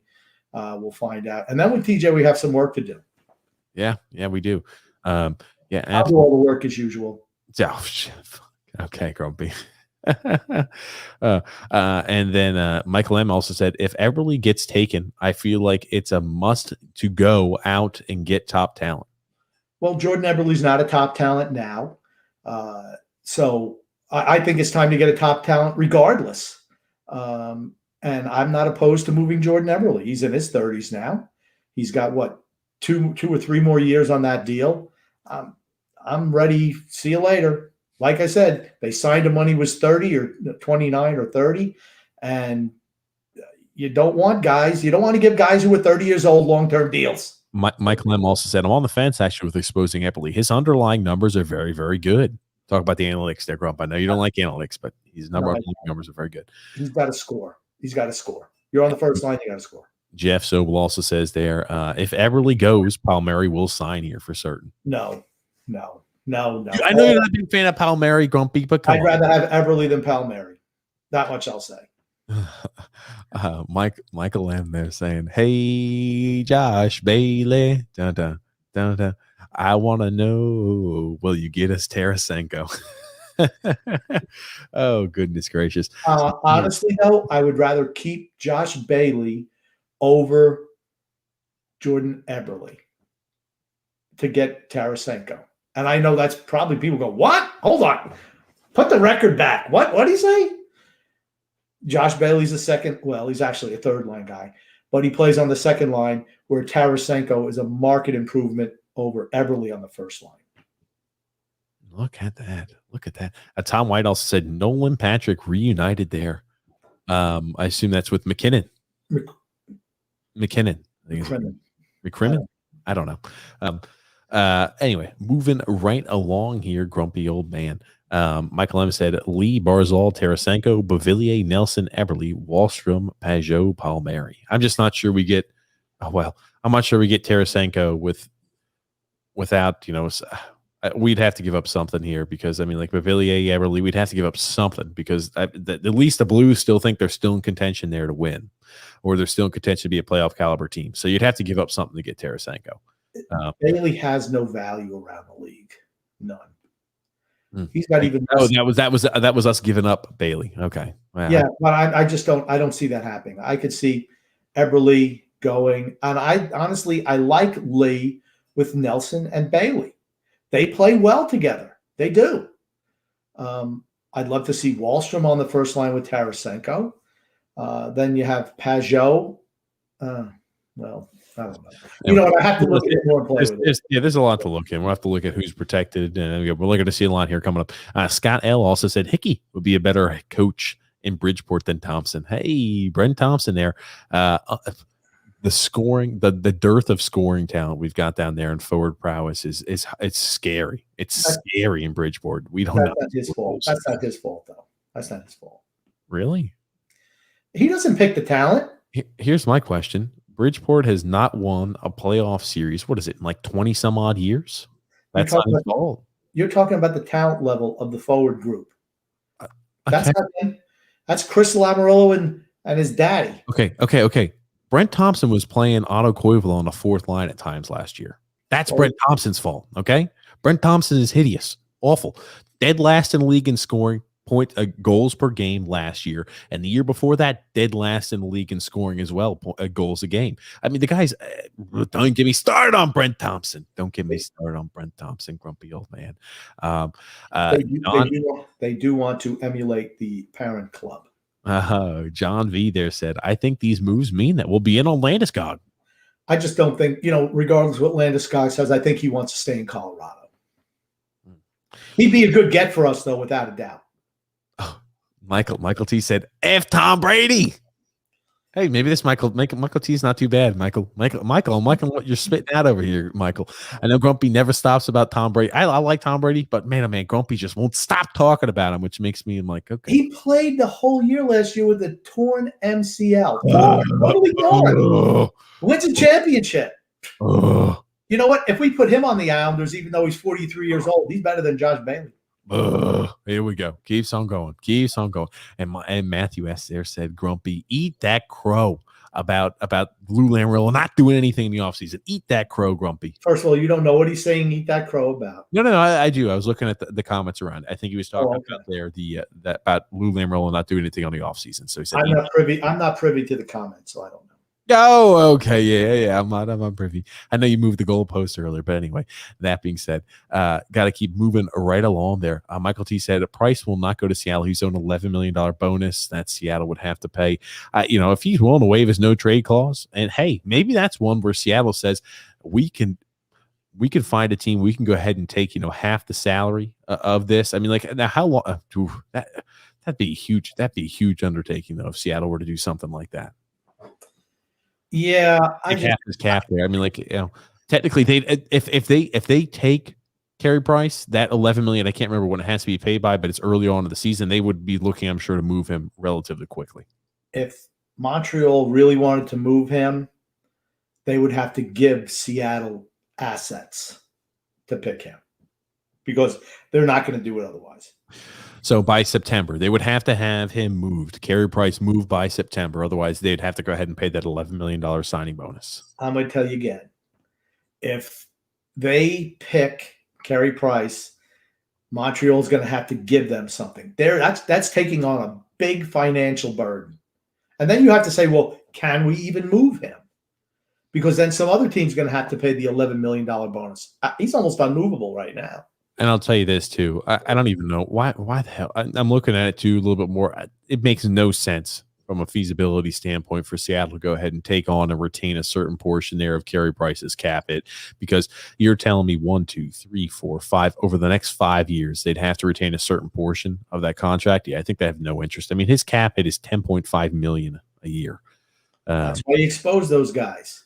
That's why you expose Anders Lee. Do you think that Seattle would take another 6 years at $7 million, or 5 years at $7 million per for a forward who's 31 years old coming off a knee surgery?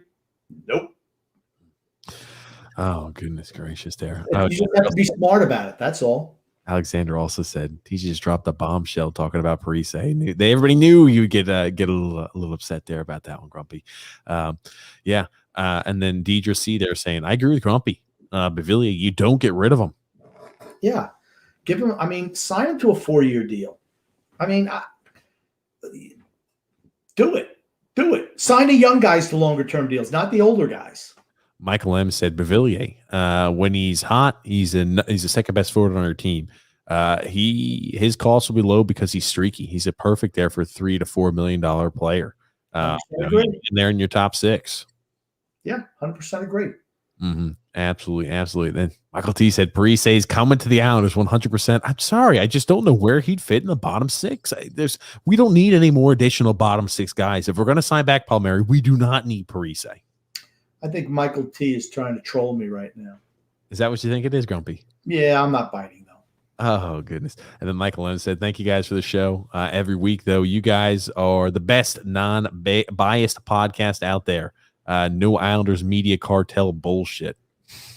True. We do appreciate both sides of the story, right? Everyone knows that I'm negative towards Lou and Barry occasionally. But this week, hey, they do good things. You're going to get kudos from me. You do bad things, you're going to hear it. Yeah, absolutely. And then Tom White said, keep Varlamov or trade him.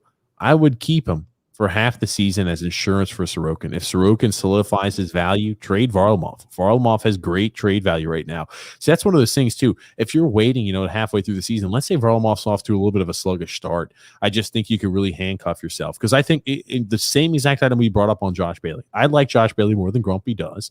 I think he serves a value as a third line guy. He definitely does, in my opinion.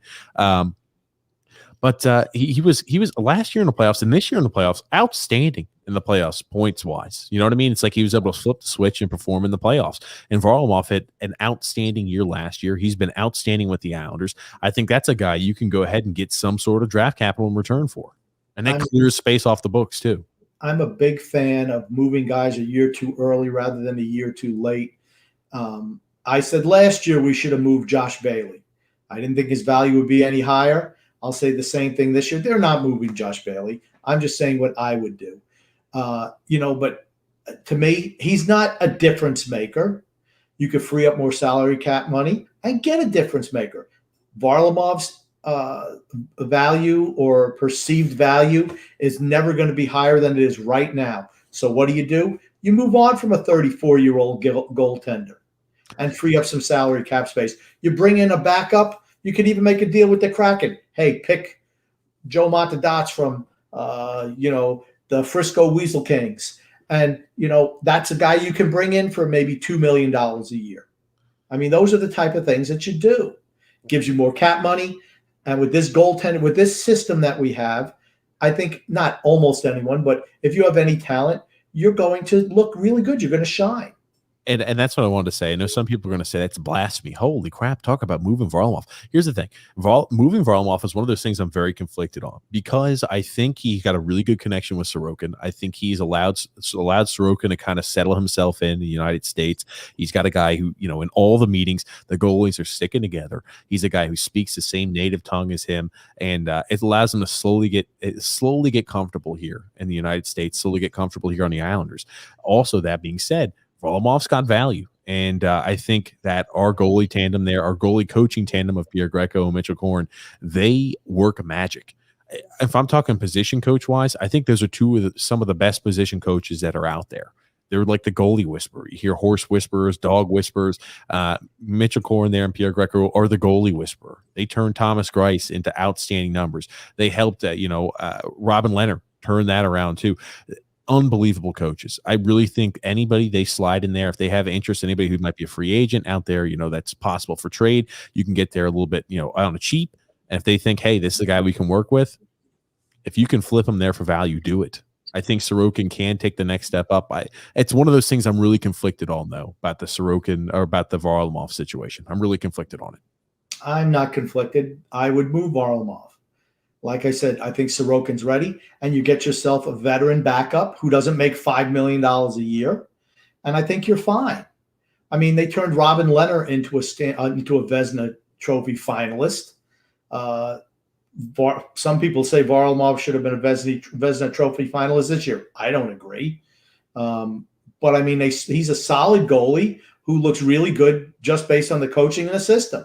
And there's nothing wrong with that. But though that means that you don't have to pay a guy that much money, particularly an older player. And then Michael M. also said Varlamov is at his highest value right now. If you can move him after the expansion draft, you do it. True. Absolutely. Hey, and Brian J. also saying Toronto's looking for a goalie bad. I was about to say, everybody's always saying Toronto might be a good trade partner there in that aspect there. Hold on a second. Alon A said, TJ, Vince Dunn was not protected. Oh, my God. Oh, wow. I didn't think he was going to get protected. I'm sure they protected Parenko and who were the other two. But that's what I heard. They weren't going to protect him. Now, if I'm Seattle, that's who I pick. Why? He's a restricted free agent, 24-year-old defenseman, solid player.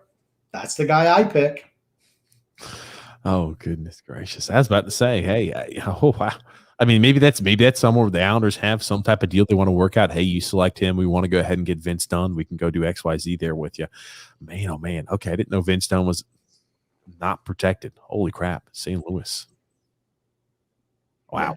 I'm sorry. Okay, fair enough. Moving right along there. Richard L. there says, I could see Parise being an option.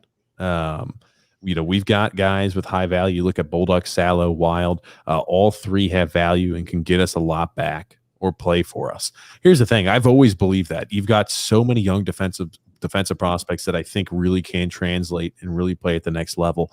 And either they're going to contribute there for us, or when you feel like they're ready to take a step up, you can even move a guy who's producing at a top level. I mean, you have more flexibility to move a guy like, I'm not saying right now, but you have more flexibility down the road, if to move a guy like a Pulak, to move a guy like a Pulak long term. I really do believe that. And you realize Pulak's an unrestricted free agent after next year. That's what happens when you want to sign that short-term bridge deal and not buy out any free agency years. You're gonna get him when he's 27 years old. He's going to be the number one unrestricted free agent defenseman next year, and you're going to probably lose him. That's what happens when you don't try to buy out free agency years. Unless you find a way to sign him back, Ron. Well, why? If I'm on him, why would I re-sign? Why would I not test the market? Why would I not? He wants to stay here. Maybe he wants to win a cup. Maybe he wants to stay on a competitor. Some people like that type of stuff. Some players don't give a crap. Some people just want the money. Some people want to win a cup. My suggestion to all players is to get as much money as you can while you can. I don't disagree. I've always been the same way too. Get paid as much as you can there. Brandon S. said, bring in Ryan Sutter. Bring in Ryan Sutter for a 1-year deal. No. First of all, he's going to get more than 1 year. Somebody is going to give him more than 1 year and probably more money than he deserves. He's not going to be a vet minimum guy. he's probably going to sign for 2 or 3 years. You watch. Absolutely. And then D-Cut said, almost 2 hours in and no mention of Casper, the Three Amigos, and the fire hydrant. Do you guys really do miss me? I'll tell you one thing. Now, we did mention Casper today. D-Cut. We did mention Casper. I didn't bring up the Three Amigos today because it's expansion time. And D-Cut, it is your job to bring up the fire hydrant. Rich L also said a full year with 21 could help the third line. I do agree with that. I know you're not a big Kyle Palmieri fan. I like what I saw in the playoffs. I'm not saying he's the greatest thing since sliced bread. I thought maybe we overpaid for him a little bit at the trade deadline. That being said, I think if you can get him back on the cheap, I'd be more than happy with that. Unless it's anything more than a 1-year deal for $3 million per, I don't want. I don't want to give term and money to another guy in their 30s. I don't want to do it. Get younger, not older. And then Jerry B there says, I haven't heard from Lou from the landline in quite a while. I missed that guy. Well, he returned today. He had a busy week, and he figured he would bless the podcast with, a couple of comments about what happened this week. Oh, goodness gracious there. Paulo C there also said, please do not trade Bavilla. He's only 24 years old. He's our top left winger right now, unless you really have no choice there on a first line goal scorer. Please do not for Parise. Are you kidding me, TJ? I don't want to trade Parise. I'm just saying, if we were to get a guy like in some capacity, like we could get a Landeskog, I mean, like I would not be opposed to, if you had to move a guy like Bavilla, doing so. You ideally would like to keep him, but Landeskog would fill in more than adequately on the first line, and then you could reunite Bailey, Nelson, and Lee on that second line. Yeah, I'm not looking to move Bavilla. I don't want to get rid of any of the younger players. They're the future of the team. I mean, at some point in time, what's the window in this team really? 2 years? 1, 2 years tops, where you got to break it all down because everyone's going to be way too old. That's the real world that you're living in. I'd rather kind of do a little restructure now and extend the window. That's just me, though. Michael T. also said the Islanders need help on the power play. For certain they do. For certain they need help on the power play. And I think a guy like Tarasenko would help something like that. But it all depends on what the plan is. What the plan is for the Islanders. If they could make a move like that, hey, do it. Yes, Tarasenko helps that. And so does maybe the elevation of Oliver Wahlstrom. And JK also said there, Mrs. Lou from the landline says hi. There you go. There it is. Yep. And then Alexander says Parise is an upgrade over Komarov. But here's the thing. Leo shouldn't be playing. I'm an upgrade over Komarov. That doesn't mean they should sign me. Oh, goodness gracious. And then Deidre C there said Parise would be a waste. Sorry. Oh, goodness gracious. I like Deidre. She's smart. Yeah, goodness gracious. And then Robert G said he meant to say TJ's acting like a squirrel regarding Bavilla. He's 24 years old. TJ, he said CJ. I think he means TJ. TJ is the squirrel. Bavilla is 24 years old. He's not reached the pinnacle yet. I'm just worried about the inconsistency. He's 24 years old. What he said, he said roughly about 4 or 5 years in the NHL. He still shows same signs here of inconsistency sometimes in his game. I'm not opposed to signing him. He's just one of those guys where if you can get him on a cheaper deal as of right now, I know I know this is not the grumpy old man way of thinking. Hey, you want to lock guys up, you want to buy up years of restricted free agency, so you can get him cheaper there, an unrestricted free agent, lock them up long term. I'm just saying, I'm not willing to give a guy like that a 5-year deal. I'm not Anthony Bavilla right now. A 3 or 4 year, okay. But a 5-year deal, I'm just not sure. I'm not sure I'm ready to commit on it. I think, give him a shorter deal, you could pay him less, which gives you more flexibility for what the team needs now. This team's window is short. And if you want to make a push to win now, you have to go ahead and make sure you've got a little bit of available cap. So maybe you can have more flexibility. Right. Exactly. I don't know, TJ. I don't know. You went on, you talked so good. You didn't even freaking listen. I lost your train of thought because you just rambled on and on. I don't want to get rid of Bavilla. That's all I know. Okay, Grumpy. I'm sorry. I did lose my train of thought listening to you. Richard L said Zach Hyman ? Everybody wants Zach Hyman. Everybody. But I'll tell you what, he's a perfect player for us without that. Really good fit here, but he's going to cost. Mm-hmm. Absolutely. And then JK also said Zach Parise is not good enough to play on this team. These are your 2021 New York Islanders. True. That's 100% true. Mm-hmm. Yeah. And I like when intelligent people comment. I like it. Oh, goodness. And then Brandon S. also said, I think Ryan Sutter could be a good fit as a vet there on a second pair. Ooh, see, I'm not a big fan of that. His defense is really poor right now. Same thing with, Keith Yandel was another guy who was cut or bought out by Florida. Yeah, Keith Yandel. They can't play defense anymore. You got to be able to play defense. Well, Keith Yandel was never good. Keith Yandel was never a good defenseman. Let's be honest about that. He was more of an offensive. Do you remember when Keith Yandel used to be in the talks there for Norris trophies back in the day? I don't think he was ever in talks for Norris trophies. I think he was back in those Arizona days where he was putting up an astronomical amount of points. I always thought he was up in the talks there for Norris trophies. Maybe I'm completely wrong. I thought he was always, is Keith Yandel finally ready to make the transition to be a Norris trophy winner? I would just go, like you said right at the beginning, you were totally wrong. Goodness gracious. That was just too easy. Just feed me those straight lines. Okay. Here we go. Keith Yandel was 5th and finished in Norris Trophy voting there in 2010, 2011, back for the Phoenix Coyotes, Grumpy. And he was in the Norris contention 3 years, from 2010-11 season all the way to the 2012-2013 season. What do you consider? Long time ago, but he was. So, okay, what do you consider contention? Because if you're not even top 5 is contention. No, it's top 3. The only guys who show up at the end of the season thing. These are your contenders for the Norris Trophy. They only give 3 guys. They don't give 5. They don't give 15. They give 3. If you're not the top 3, you're not a contender. Oh goodness. Brian J. also said, I heard Mike Sillinger's looking for a contract. Isn't he still under contract with us? Goodness gracious. And then Nick D said, TJ Grump, great show as always. Do you think Panic will be packaged with other players in a deal? It's just a guess. I don't know. Maybe. What's the value of him? I think they like him as a depth piece. D-Cut said, Grumpy, for old time's sake, can you break out some Sinatra? Lou did it his way. Oh goodness! I haven't sang on this podcast in a while. I know there's been nothing to sing about, Grumpy. We went to playoff mode and we went to serious playoff mode. We were doing every single post game of the Islanders, and then we had the offseason. We haven't had a chance to let our hair down, and relax yet, Grump. Here's the thing: D-Cut does not realize the value that he brings to the show.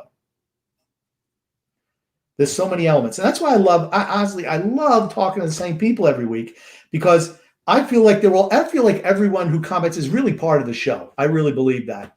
And you kind of I don't know them, but you feel like you kind of get to know them, and Yeah, absolutely. Deidre there, C said, do you think the Kraken will get Clutterbuck and will Brock Nelson be protected? Yeah, Brock Nelson's going to be protected. I don't think they're going to go after Clutterbuck. I think if available, I think they're probably going to go after Bellows. I'm seeing mixed things. I'm seeing that he doesn't have to be protected, that he can't be selected. I have no word. He has to be protected. He has to be protected. He doesn't count towards the forwards. You have so many forwards who have to play so many games over the last 2 years and be under contract. That's what they're talking about. There's so many of those players that you have to expose. He's exposed, and if they want him, they can take him. D-Cut said, TJ doing his best Karl Rove impression there with the whiteboard. I don't know who Karl Rove is. He's a Republican pundit, worked for George Bush and probably other Republican presidents before that. Oh, okay. On Fox News. He always had a whiteboard, and he used to write things down and stuff. Oh, God. Oh, goodness. His board looked better than yours, though. I hope it did. Mine was a little sticky note. Not much better, a little bit. His handwriting is better than yours. Oh, goodness gracious. Paulo C said the first reason why we don't have a good power play is because we don't have a top first line, other than, and like other cup contending teams. Fix the first line. Paulo, you can go back to listen to our podcast when we first started. How many years ago, TJ? 5 years ago? I don't know. Yeah. And I've been saying the same thing ever since then. Every single year I say the same thing. TJ thought it was the coach. I'm like, no, it's the lack of talent. And it's always the lack of talent. I did blame Scott Gomez back in the day, and it wasn't Scott Gomez's fault. It was more just the cast and crew we had out there on the ice. It wasn't Scott Gomez's fault. I'm sorry, Scott Gomez. And people are saying Jim Heller doesn't know what he's doing with the power play. I'm like, well, I don't know. Up in Toronto, they were the best power play in the league. So, you go figure it out. It's talent. It's always talent. Jerry B said, "Hey, Grumpy and TJ, how do you guys feel about solar panels? Would you ever put one on your house?" I've considered putting solar panels on the house. My only issue is, but you got to pay for them. That's the whole thing. But you do get some government kickbacks on that. So, hey, if you're going to live in the house long term, maybe it's worth it. You have to worry about the panels kind of burning out after a while. After the 10 years, you might have to replace the panels. There's always some catch in there. So just be careful. But it could potentially keep your power bills down. I'm not a homeowner, so not yet. Maybe. I don't know. I can't even say I've even thought about that. Richard L there says Bellows' future in question. What is your future? I see the Seattle Kraken. I see goals in bunches. I see people wanting to burn Lou Lamoriello in effigy for exposing him to protect who? Josh Bailey? Oh! Oh, good. Jerry Bennett also says there. By the way, it's Jerry Springer, former mayor of Cincinnati, aka Jerry Bennett, relative of the world-renowned singer Tony Bennett. Wow, he's whipping out all the names now. And he also says there is Panic there actually going to play on the squad. LOL. He is a center there or a winger. I think he played left wing there. And what's the style of play? I think he's just one of those guys. He's never been a guy who scores. I think he's one of those players who's a little more defensively responsible. I got to give my old friend there from the Washington Capitals a call to kind of get the lowdown there on him. I haven't really paid too much attention to his game. Haven't done the scouting report just quite yet on him. There was so many moving pieces in the last 24 hours, but I got to do some research there on Panic. He's a grinder hack. Fits perfectly with this team. I think he will. I don't know if he'll be a depth piece or if they'll want to upgrade that third line, but he might be the guy they use. Yeah, moving right along there. Grumpy old man. Oh, here we go. Moving right along though, grumpy old man. Oh God, what if film said TJ? I'm still waiting on my grumpy old man t-shirt. And listen to me, Woody. It's so easy. I've told them what to do. We have the picture. Groupies. It's not freaking rocket science. It's not even shirt design. That the shirt is already done. Designed. Oh, goodness. Michael T said, so what exactly is Josh Hosang's status? I know he's playing in Europe, but can he get back to the NHL somehow, some way? I thought actually he was dismissed from the team there in Europe where he was playing for Oberio or Alberto.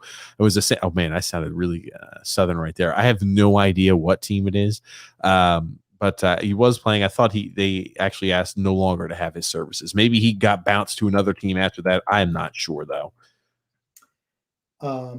He's a free agent. He can go anywhere. I don't know why. They obviously had no reason to keep him on the team. They didn't want him. Why didn't they move him? I don't understand that. He was an asset 2-3 years ago. Why would you not just move him when you could get something back for him? It almost is like they kept him out of spite. Oh, he did get bounced from Robert. Then he went to another Swedish elite league team there. Lippunkens HC or Lippunkens. I'm mispronouncing it, and I know our friend Sturk and our other European friends are going to be roasting my ass for it. But he did wind up moving there to another Swedish elite league team there after he was bounced from the first one. Yeah, in his defense, he didn't go up there. He wasn't in shape. They'd already been in mid-season. He just played, a couple exhibition games in Bridgeport or whatever it was when they sent him over. So he wasn't in the best of shape, and it is what it is. The Wicked 50 Cal said, do you think the Islanders are actually trying to go big game fishing as some pundits are predicting? I do think they will try to go big game fishing. Hopefully they don't just pull up some old rusty boot or something. Some rusty boot. Remember in Jaws when they hacked the shark open and they pulled out a license plate from Louisiana? That's what I hope they don't get, with some old boot. hopefully they get themselves a fish, big fish. One of the million said, so happy they dumped Ladd. Now they can re-sign all the restricted free agents and Casey. It's going to be interesting to see who will replace Leddy, as well as who we will lose in the expansion draft. For certain it will. Yeah, to me, I just want them to lose some salary in the expansion draft. That's optimal for me. Like I said, you're talking about a team that is truly a team where the sum is greater than the parts. It doesn't matter if you lose one or two pieces. You just slide another one in there. It's not like you're losing a Matt Barzal, who's the only talented player on the team, honestly. You're losing just one of the regular ham and eggers, and you can backfill on those. So I don't have a problem with that. It's just about shedding cap and maybe getting somebody to augment Matt Barzal. Tarasenko, perfect example. Tom White said Kelly McCrimmon was Nolan Patrick's coach there for the Brandon Wheat Kings. It's funny. I was thinking Brad McCrimmon, who was killed in a plane crash. Remember that plane crash in the KHL team a number of years ago? Oh yeah. And I didn't realize that Kelly McCrimmon was coaching in the NHL. So good for him. But I remember Brad McCrimmon, who was a good player for Detroit, and I know he coached Philadelphia. He perished in that plane crash a number of years ago. Alexander also said, I asked you that yesterday there, TJ, if the panic trade there, does that automatically mean that Palmieri's gone? I don't think it has a bearing whatsoever. Yeah. I think Palmieri is, if we can't get anybody else, we'll circle back to Palmieri. And Jeff F. there also said there's been conflicting views about Bellows' eligibility for the expansion draft. Yeah, I thought for sure he had to be protected if you wanted to keep. I'm seeing a lot of conflicting views there online. We'll find out tomorrow at 10 o'clock in the morning what the heck the deal is with that, hopefully. And by Wednesday, we'll definitely know for certain what's going on with that. So I've seen a lot. From my understanding, I thought that he had to be protected if you wanted to keep him. Now I'm hearing you don't. I have no idea. So I'm hearing a lot going both ways on that. Okay. I heard he had to be protected. Robin Stewart there saying we are too thin past our NHL tandem there to trade Varlamov. Sorokin's unproven, especially over the course of an 82-game season. Unproven. You can't feel a goalie is ready. Ben Bishop has waived his no-move clause, so he will be exposed to Seattle. You could make a deal with him. There's a lot. Here's the thing: in the expansion draft, you could make a side deal with Seattle to make a trade for a backup goalie. I don't think we need somebody who's going to come in and have to play 50 games a year. Maybe somebody who can play 35, have Sorokin do the rest. Sorokin's not a kid. He's 25, going to be 26 years old next year. He's not a kid. People forget when Hasek first came in to start, he was 26 and 27. Really? Yes. He was with Chicago for a lot of years, just riding the bench. And it wasn't until he got a chance to move that he turned out to be a Hall of Famer. Think about that. Chicago rode him on the bench, and the guy is a Hall of Fame, one of the best goalies that's ever played the game, ever played the sport, an acrobat out there. He was always my favorite player growing up as a kid. Hasek was, and I mean, again with Buffalo, he kind of blew onto the seam, and then he wound up winning a few cups there with Detroit. Yeah, great goalie, could win games all by himself. Matthew B there says, "What do you think about Beauvillier, Barzal, and Wahlstrom?" I'm not opposed to that line. I want a bigger fish on that first line than Beauvillier. I want Tarasenko. I've talked myself into Tarasenko now. Mm-hmm. Absolutely. Doesn't happen, I'm going to be pissed at Lou. Absolutely. Alexander said, why are people saying Sorokin's not ready to be a full-time starter? Yeah, I think he is ready. Absolutely. And then Michael T said, no, I'm not trolling about Parise. Just feel all the puzzle pieces are coming for the Islanders fit, especially if he comes in on a low ball contract. Also, just want to go on the record saying that I want to see Wahlstrom on one of the top two lines next season all year long. I'd love to see Oliver Wahlstrom optimally. If you can't get Tarasenko, man, I'll tell you what, Landeskog, Wahlstrom, and Barzal would be a fantastic line too. I just don't think Landeskog is leaving Colorado. But, I mean, if you can have Tarasenko and Oliver Wahlstrom and Barzal, I just think that that Barry would lose his mind because they wouldn't play enough defense. I really believe that. But yes, Wallstrom needs to certainly play on one of the top two lines. I think he's better with Barzal, a true sniper. That's what Barzal needs. He creates time and space and needs guys who can get open where he can hit them with the pass and they can snipe it. That's what this team needs to go to the next level. It really is. Can't be the helicopter line anymore. Michael T also said, "What's up with Grumpy hating on the older guys? He's an older guy. Grumpy does not like the older players on the team. He does not. He does not like a team full of veterans. That's true. That's true. I hate myself. That's why. You ever see that? I hate myself. No. Why do you act like this? Oh, I hate myself. Oh no, I'm not like that. I've not seen that, but I'll take your word there. Here's the thing. I firmly believe, and you do need some older guys on the team, but you don't need a whole team of older guys because you do need a mix. Right now, I think our mix is skewed a little bit. Metal Mask 3 says Islanders should consider bringing Hamonic back to fill Leddy's spot. Hamonic wasn't making much good depth for the defense. I'm going to cook some toast for the next podcast. I'm just going to no toast. He's done. Yeah, well, here's another thing too. Hamonic wanted to be out west. That's where he wanted to be with his family. Another guy who would love an Islander. I'd love his time with the Islanders. Don't want him back though. No, thank you. The Islanders did him right, moving him to Calgary. Yep. They got some assets back, but he wanted to leave. Not that he hated the Islanders, but he wanted to be back with his family and the Islanders, to their credit. And this was, I think it was Garth Snow, wasn't it? This was Garth Snow. Yeah, you can say a lot of things about Garth Snow. I feel he's a good person, though. I have something to tell you. So one of the guys we've got coming on this offseason, our boy Randall from the Zoo. He, again, very, very close with the Islanders around, 07, 08, stuff like that. I'm going to tell you, he's got something that might shock and blow your mind about Garth Snow.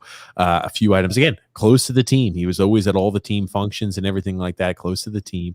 Oh my gosh, Grumpy. That's all I'm going to say is, oh my goodness, Grumpy. Okay, that's cool. But I mean, Garth Snow did him a solid by moving him to Calgary. He really did. It paints Garth Snow more into a light where I'm like, holy crap, maybe this guy wasn't as retarded the way I thought he was. That's all I'm going to say. He was like Milbury. He was hamstrung by Charles Wang and the ownership group. I'm telling you that he alluded to something that hamstrung the way he drafted as well. That's all I'm going to say. I will let that fester for people before we have him on the podcast. I'm not going to give too much away because I don't want to steal the thunder. Eli said, do you guys think that Seattle will make the playoffs next year, considering how bad the Pacific is? No, Dave Haskell's not a good coach. I'm shocked that they made him their coach. I don't know. I didn't understand that move. And they have the Kraken girl. So, I don't think that they'll make the playoffs just because she's the director of marketing. Eve, I'm not going to try to pronounce that last name. Just Eve says, lad's gone. Amen. Yes, thank goodness. Jake K also said, I'm too much pessimisticking in lieu from the landline. My picture of my wife and kids, as I know that's important to you, Grump. I don't see, I see Mrs. Pessimisticking, and it looks like two children. I don't see Lou in there. He keeps himself an anonymity. What can I say, Grumpy? Jake Kyriakos. He's Greek. Who knows, Grumpy? He is Greek. I know. My mother's Greek. I know. Believe me, I know a Greek name when I see it. Okay, Grumpy. Fair enough there. Jeff S. there also said expansion draft needs to be the time to get rid of other salary. Thank you very much, Jeff. Jeff is smart. So smart. Adrian B. said, oh my God, Grumpy, you're funny. Adrian, we love you, baby. And yo, Adrian, I don't think Tampa's repeating next year. Oh, goodness gracious. JK also said there, the Chinese word for crisis has somewhat of the same meaning for opportunity. And that's the way we should view the expansion draft, a way to shed salary. There you go. There you go. Absolutely. D-Cut said, shocked the lovely Paige hasn't left the procrastinating TJ. Oh, yeah, I'm the procrastinator. She's the one who doesn't do any of that. So, yeah, yin and yang. What can I say?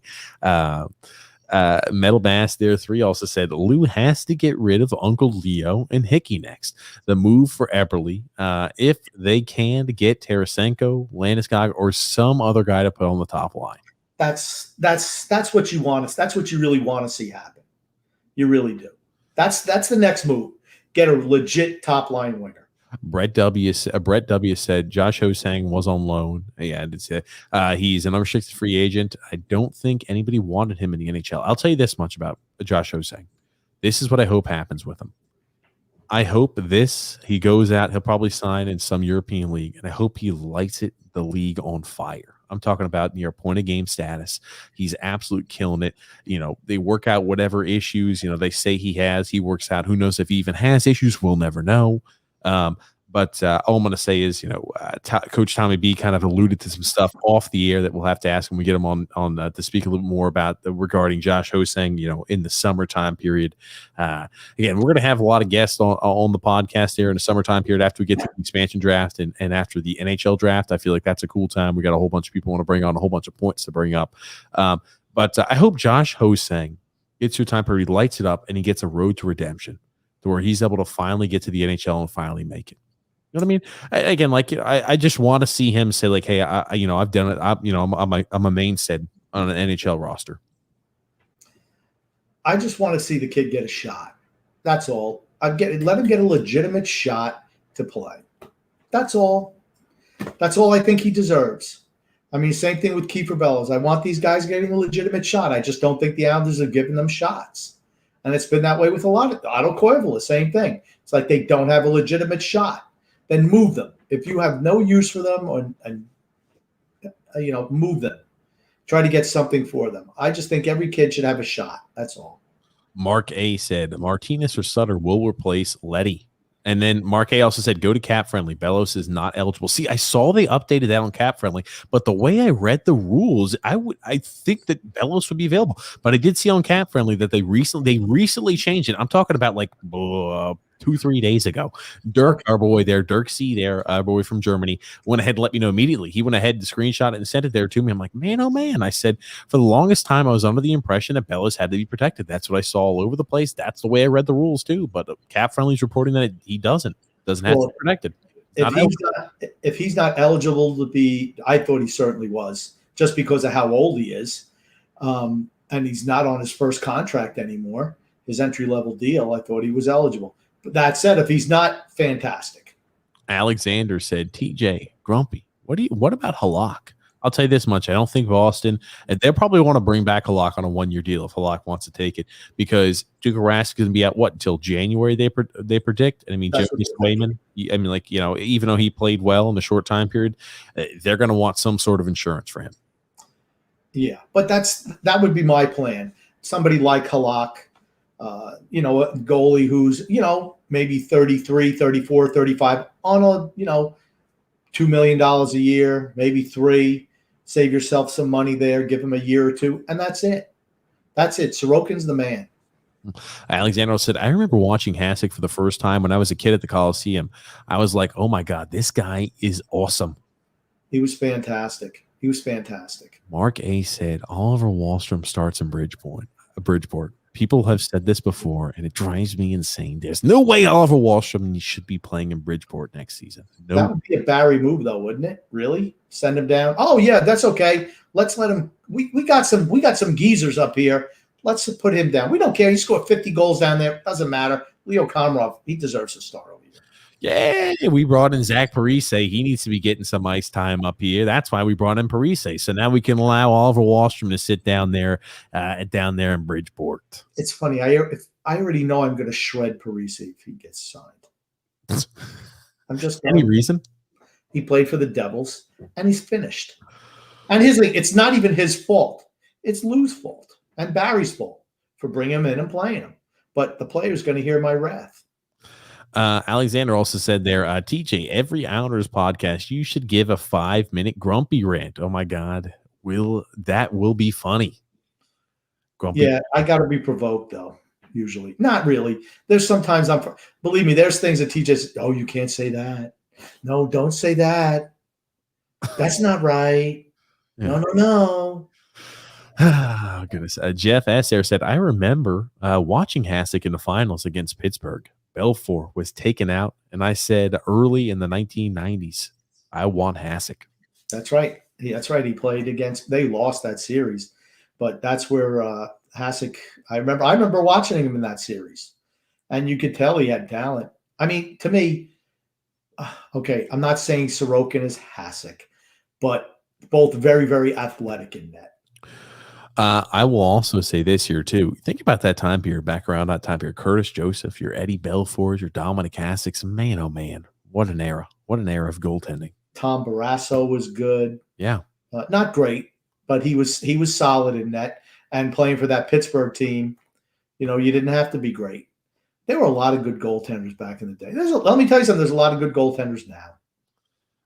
And then Jerry B there said, TJ, the R word, no good, can offend lots of people there in reference to your Gar Snow comments there. Appreciated there, Jerry. Moving right along there, grumpy old man. JK said, I stumped the grump. And then he said, Grump, my name is Greek, but I am Indian, South Asian descent. Yeah, all right. I'm saying the name. I know the name is Greek.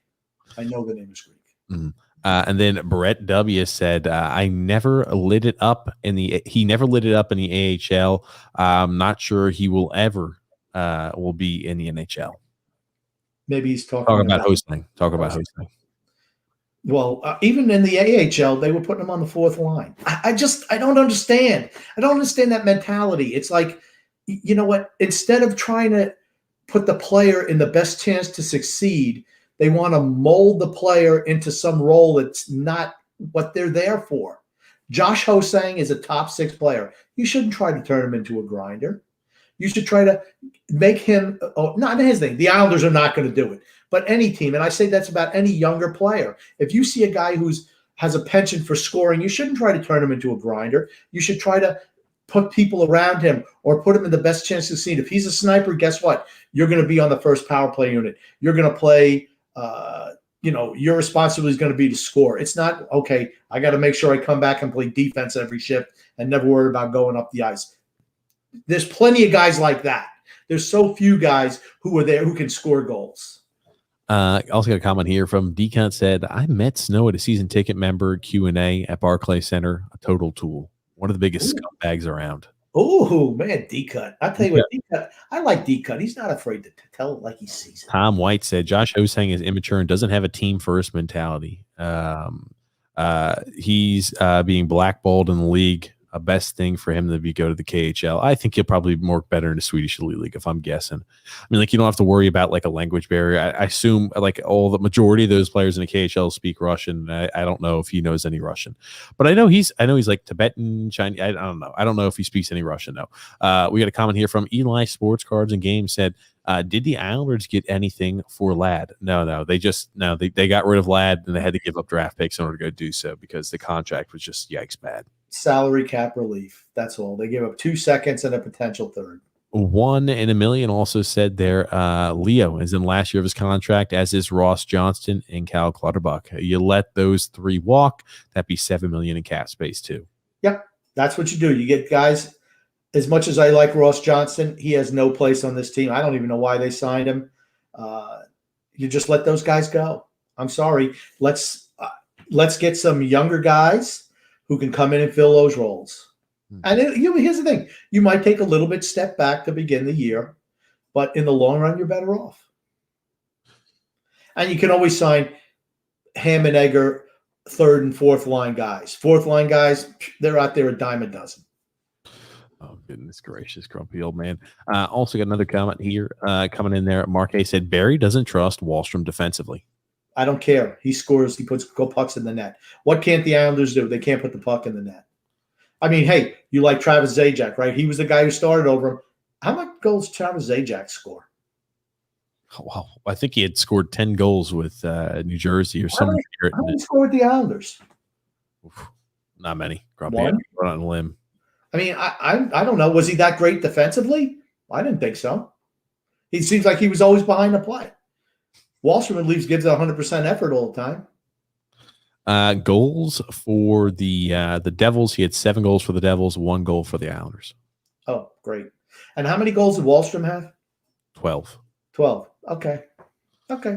How many goals did it take for us to maybe make it to the Stanley Cup Finals? 2? 2 goals? Gotcha, Grumpy there. Robin Stewart there all said, if Sorokin steals the net, the team performs up to expectations. What's the timetable for trading Varlamov in the winter? He said that's the time for trading. Oh, that's the time for trading Varlamov in the winter. I say move him now. His value is never going to be higher. I'm not saying you can. Here's the thing: you're going to need to get assets. I try to get a first-round pick for him next year's draft, not this one. Next year's draft. Eve also says there, would he means Jonathan Bernier be a good backup goalie? Jonathan Bernier is 32-year-old. If he's willing to take a deal there on the cheap, I mean, he got shelled in Detroit, and again they've got Thomas Greiss again for an additional year. Hey, if he's willing to come or something like that on the cheap, and we're looking to offload a guy like Varlamov, hey, why not? But I'm just not sure what's going to happen. I think they probably want to keep Varlamov. They're going to keep Varlamov, but I mean, if you can sign a guy for vet minimum like that, and I just think that's all Bernier would command at this point in time in his career, why not? Why not? Absolutely, they're grumpy old man. Alexander also said, TJ Grump, how about that incident outside Nationals Park? 4 people were shot and the game had to be suspended. I did not know that. Did not hear that either. No. And then Metal Mass number 3. Hopefully everybody's okay. Hopefully everybody lives there from being shot like that. But I did not know somebody got shot there at the game or outside the game, outside the park. Ooh. Metal Mass 3 there says, what did you guys think of Kucherov's comments in the presser after winning the cup? He's a beast. No, he said something that was controversial. I can't remember. It was a while ago. I don't know. I saw without his shirt on. It was controversial. I knew that the shirt was like, hey, 19 million over the cap or something like that. Yeah. He's doing obviously like that, hey, I'm trolling the haters. But no, I don't remember the comments he made after the post game. I'd have to pull those. I don't know off the top of my head. Okay. I thought it was just the shirt thing. Oh, yeah, absolutely there. Jerry B said, who would win in an arm wrestling match between the lovely Page and the Warden? I don't know. I'm probably giving it to the. I don't know, Grump. You know Paige. I'll let you go ahead and. Paige has longer arms than the Warden by a little bit, and the Warden, she doesn't need to arm wrestle. She just cracks the whip, and people, And Brett W said, "Don't let Ross walk. He still instills fear." I like Ross Johnston. I do. I mean, he's still what? You're going to be 28, something like that. I don't know. Yeah, absolutely there. And Alexander said Wallstrom needs to be on the top line with Tarasenko if we were to move for a guy like that, playing at left perhaps. I'd love that. I just don't think they play enough defense for Barry's liking. Rusty Sprinter said, hey, all there, TJ and the Grumpy Old Man, we need power play goals. FML, my life there. Cup 2022. Yeah, if we make some improvements and can put the puck in the net, it improves our chance. I think you're going to see Tampa take a little bit of a step back. I think you're going to see Carolina take a step up. I think you're going to see Florida take a step up. Those are the teams we need to worry about. I think Washington, they're on the way down. Same with Pittsburgh. I worry about Carolina in our division, though. I really do. They're a team. Their style gives us problems. Mark A said, Grumpy acts like he doesn't know Coach Trotz. I know exactly what he thinks all the time. Jerry B said, no, he's talking about, hey, the reason why you think that Wallstrom will be down there in minors. He said, you're acting like you don't know Trotz. Trotz would do something like that, start him off in the minors. I've been hearing people throwing that out there. Hey, start off Wallstrom in the minors. I'm like, yeah, start him back out there in the A. I'm like, ew. I'd be surprised if they started him off in the AHL.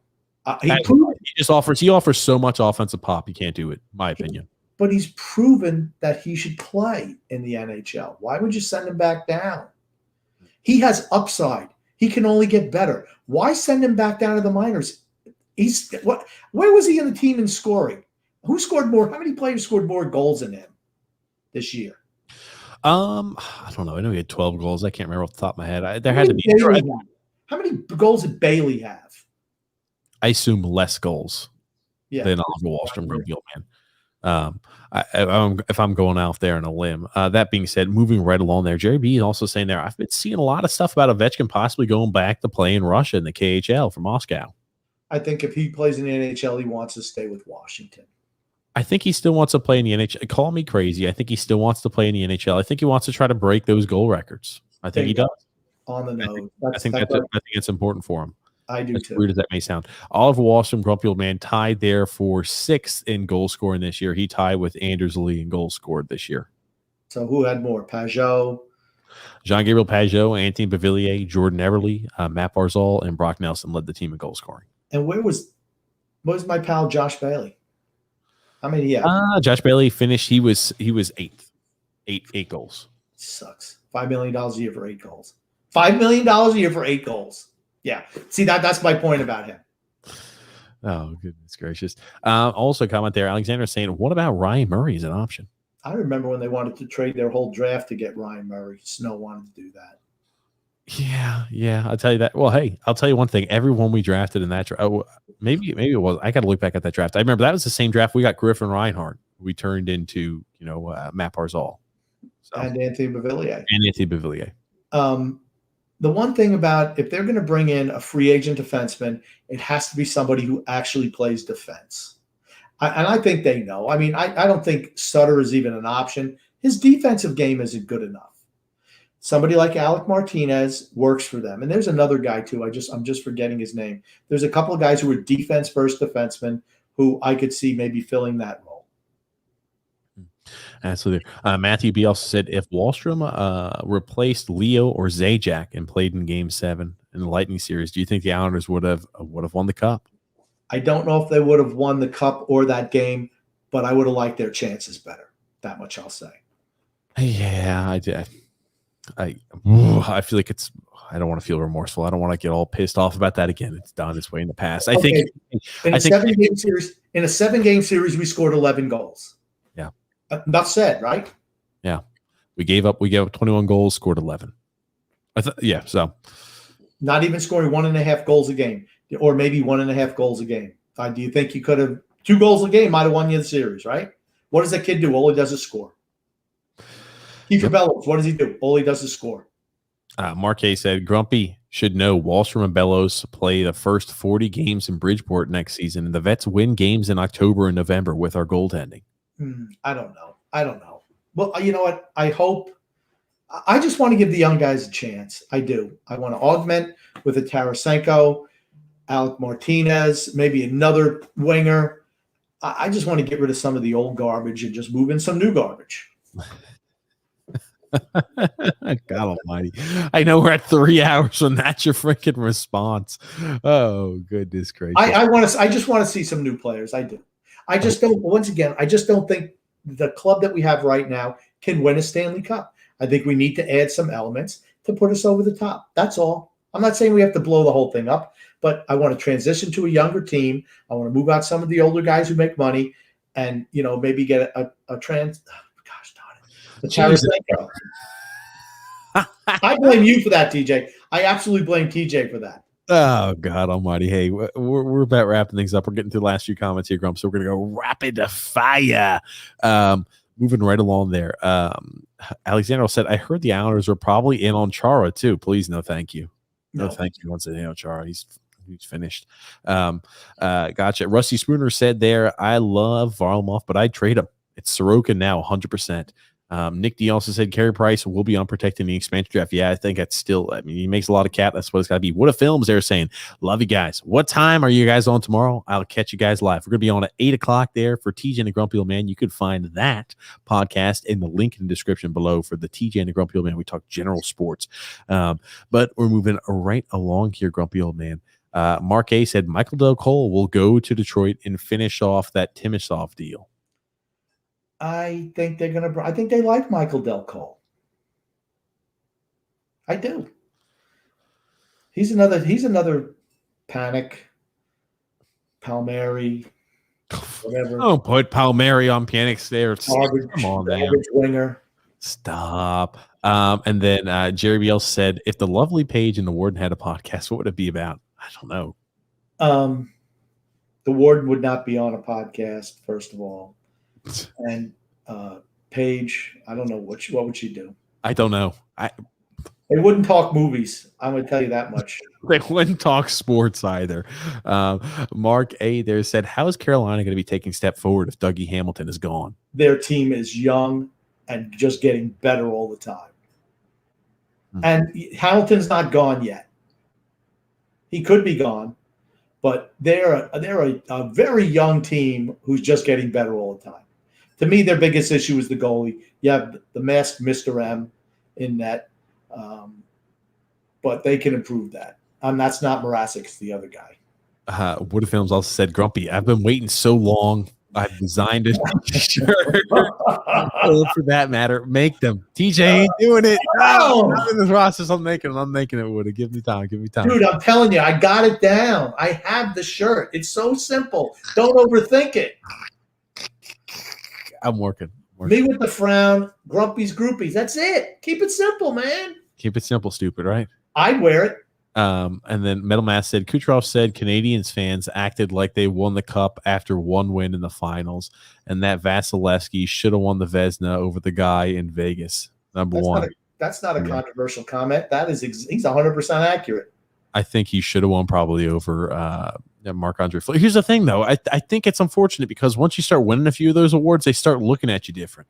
How can we get somebody else the award? It's like the same thing with LeBron doesn't deserve MVPs ananymore. But when he was in his prime, I was like, how the hell are they giving Johnny Two Shoes over there an MVP when LeBron's the best player out there on the court? I'm no LeBron. I think LeBron's a great player, but I'm not like a LeBron homer, but I'm like, how the hell is he not winning the trophy? They want to find ways to give it to somebody else. I really do believe that. Hey, Marc-Andre Fleury's never won a Vezina. We can finally give him a Vezina. He should have maybe won back in the past. The only guy that didn't affect was Bobby Orr. He won the Norris Trophy every freaking year. Mm-hmm. Every year. It's like Wayne Gretzky. It's like your generational outstanding, best the best has ever played there in that position. They get those awards all the time. He won some over Mario that he shouldn't have got. Brett W. said, problem with Florida, Bobrovsky is terrible, and with that contract not movable. Yeah, but they're not in salary cap hell right now. They're in pretty good shape. And the Bobrovsky contract is terrible. It's terrible. You knew it as soon as he saw it. When I saw that, I felt the same way about that contract as I did when we signed Anders Lee. Same amount. I'm like, you got to be kidding me. You don't need to sign a guy that old to 7 years. He got $10 million, even worse. But the same thing with Anders Lee. I'm like, $7 million a year for a guy who's going to have a diminished game. It's just dumb. It was like when we signed Andrew Ladd. I remember that. It was a total knee-jerk reaction to losing Kyle Okposo. I'm like, that's never going to work. Here's the thing. If a ham and egger fan like me can look at that and say, geez, that's a terrible deal. Dude, how come you don't see it? A few more comments here. Alexander said, TJ Grump, maybe we'll see Ryan Murray as an option to replace Nick Leddy. He's 27 years old, too. He doesn't play enough defense for me. A Metal Mass said, you just win a cup, you just won the cup, and you take shots at Canadian fans and disrespect Marc-Andre Fleury. I remember we talked about this when they had their guys and Victor Hedman not winning the Norris and all these other guys over here getting, I thought, snubbed for the end of the year trophies. I said, will that motivate them even more to just kick the living crap out of the Canadians? I know they lost one game, game 4 to the Canadians. You wonder if they're thinking to yourself like, hey, we want to try hard, but if we lose, it's not a big deal because we get to go home and party and win in game 5. So I might be trying to break it down too simplistically, but I always wondered if that was going to motivate them even more. Just based off those comments Kucherov said, I think it did motivate them a little more, that they, despite their success here during the last 2 years, they feel like they've been disrespected on the end of the year awards. Well, we're going to see Tampa Bay, what they're really made of next year. They're going to lose some players. Barkley Gaudreau was traded to the Rangers today for a 7th-round pick just to, he's an unrestricted free agent. And then you're going to say, maybe these guys use it as motivation. They're certainly going to really be hunted next year. They're going to lose some players. So I'll be interested to see how Tampa Bay reacts going into next year. Bill B said Trotz already explained why Wallstrom did not play against Tampa. It had to do with Pajot's broken hand and faceoffs. Here's the thing. Again with the freaking faceoffs. I hate that. I freaking hate that. The faceoffs. The faceoffs. That's why he played Leo Carmel from the first line. All about the faceoffs, defensive responsibility, adding some paper, adding some grit to the line. I freaking hate that. I hate that. That's our ideology. How many games do we get shut out in the finals? Or you mean the semifinals?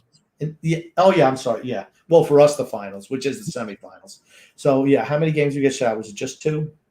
Honestly, I can't remember back that far, Grumpy. And I'm not yelling at Bill. I'm just like, I hate when Trotz says that. I hate when you take something that's 5% of the game, and I'm going to alter my whole plan when we can't score goals because of something that's 5% of the game. It's like saying in football, well, we're not going to play, I don't know, Jim Brown at running back because he doesn't play specials. I mean, it's just dumb. It's just dumb. Sorry. Just be honest. Just be honest. Say, he's too young. I don't trust him because he's not 36 years old like that useless ham and egg or hack Travis Zajac and his little crony, Uncle Leo Lollipop Komarov, the Russian commie. Oh, goodness. Alexander said we were shut out twice. Twice. Moving right along there. What if Films all said, look up the Bob Probert t-shirt, simple cartoon design, the Bruise Brothers shirt. I'll have to look that up there. And he says, you guys are killing it, 3 hours and going strong. Great job there. Our streamer all said there, Wallstrom's a man. All he does is score and set up goals. Why does Barry hate him? It seems like I don't get it. I don't get it. He hasn't seen enough months and years roll by on the calendar. That's why. Oh, goodness gracious. Steven R said losing 1-0 or 5-4 is still a loss. Get some energy on the ice, ease the pain on the suffering of a poor offensive output. Yes. Wouldn't you rather, I mean, I'm not saying I'd rather lose every game 5-4, but wouldn't you like to see where you feel like if we go down by a goal or two, the game's not over?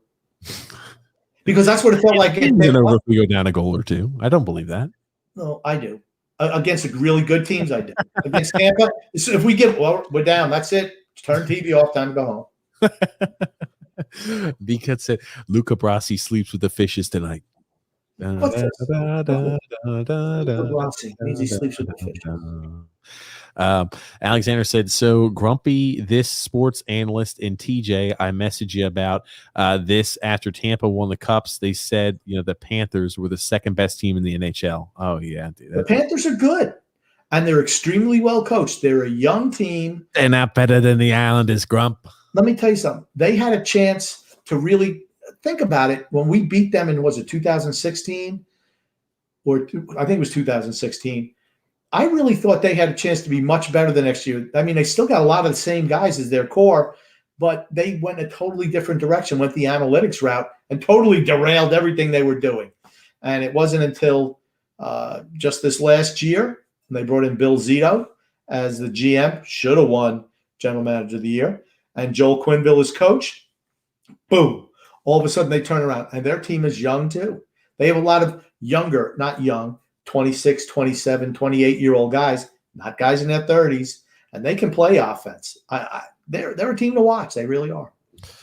Absolutely. Grump. But no fans watch them. Tell you that much. Grumpy. A little over 3 hours in, finishing things up. What do you got to say here before we wrap things up today, Grumpy? I just want to say love and laughter to everyone that listens and even those who don't, from TJ and the Grumpy Old Man. Thank you, Grumpy. We are going to be live on this channel here, remember, Wednesday during the expansion draft. We'll be live tomorrow on TJ and the Grumpy Old Man at 8 p.m. Eastern Standard Time. You can catch that there in the link in the description below. As a general sports podcast, a lot of controversial topics where Grumpy Old Man and I duke it out every single podcast pretty much. But thank you guys for tuning in and listening. Thank you, Grumpy Old Man. And again, thank you so much, guys, for tuning in and listening to the podcast. It means the world that you guys listen to two avid fans there like myself and the Grumpy Old Man. We'll be back at you Wednesday during the expansion draft. Love and laughter to all. And thank you again, Grumpy Old Man. My pleasure.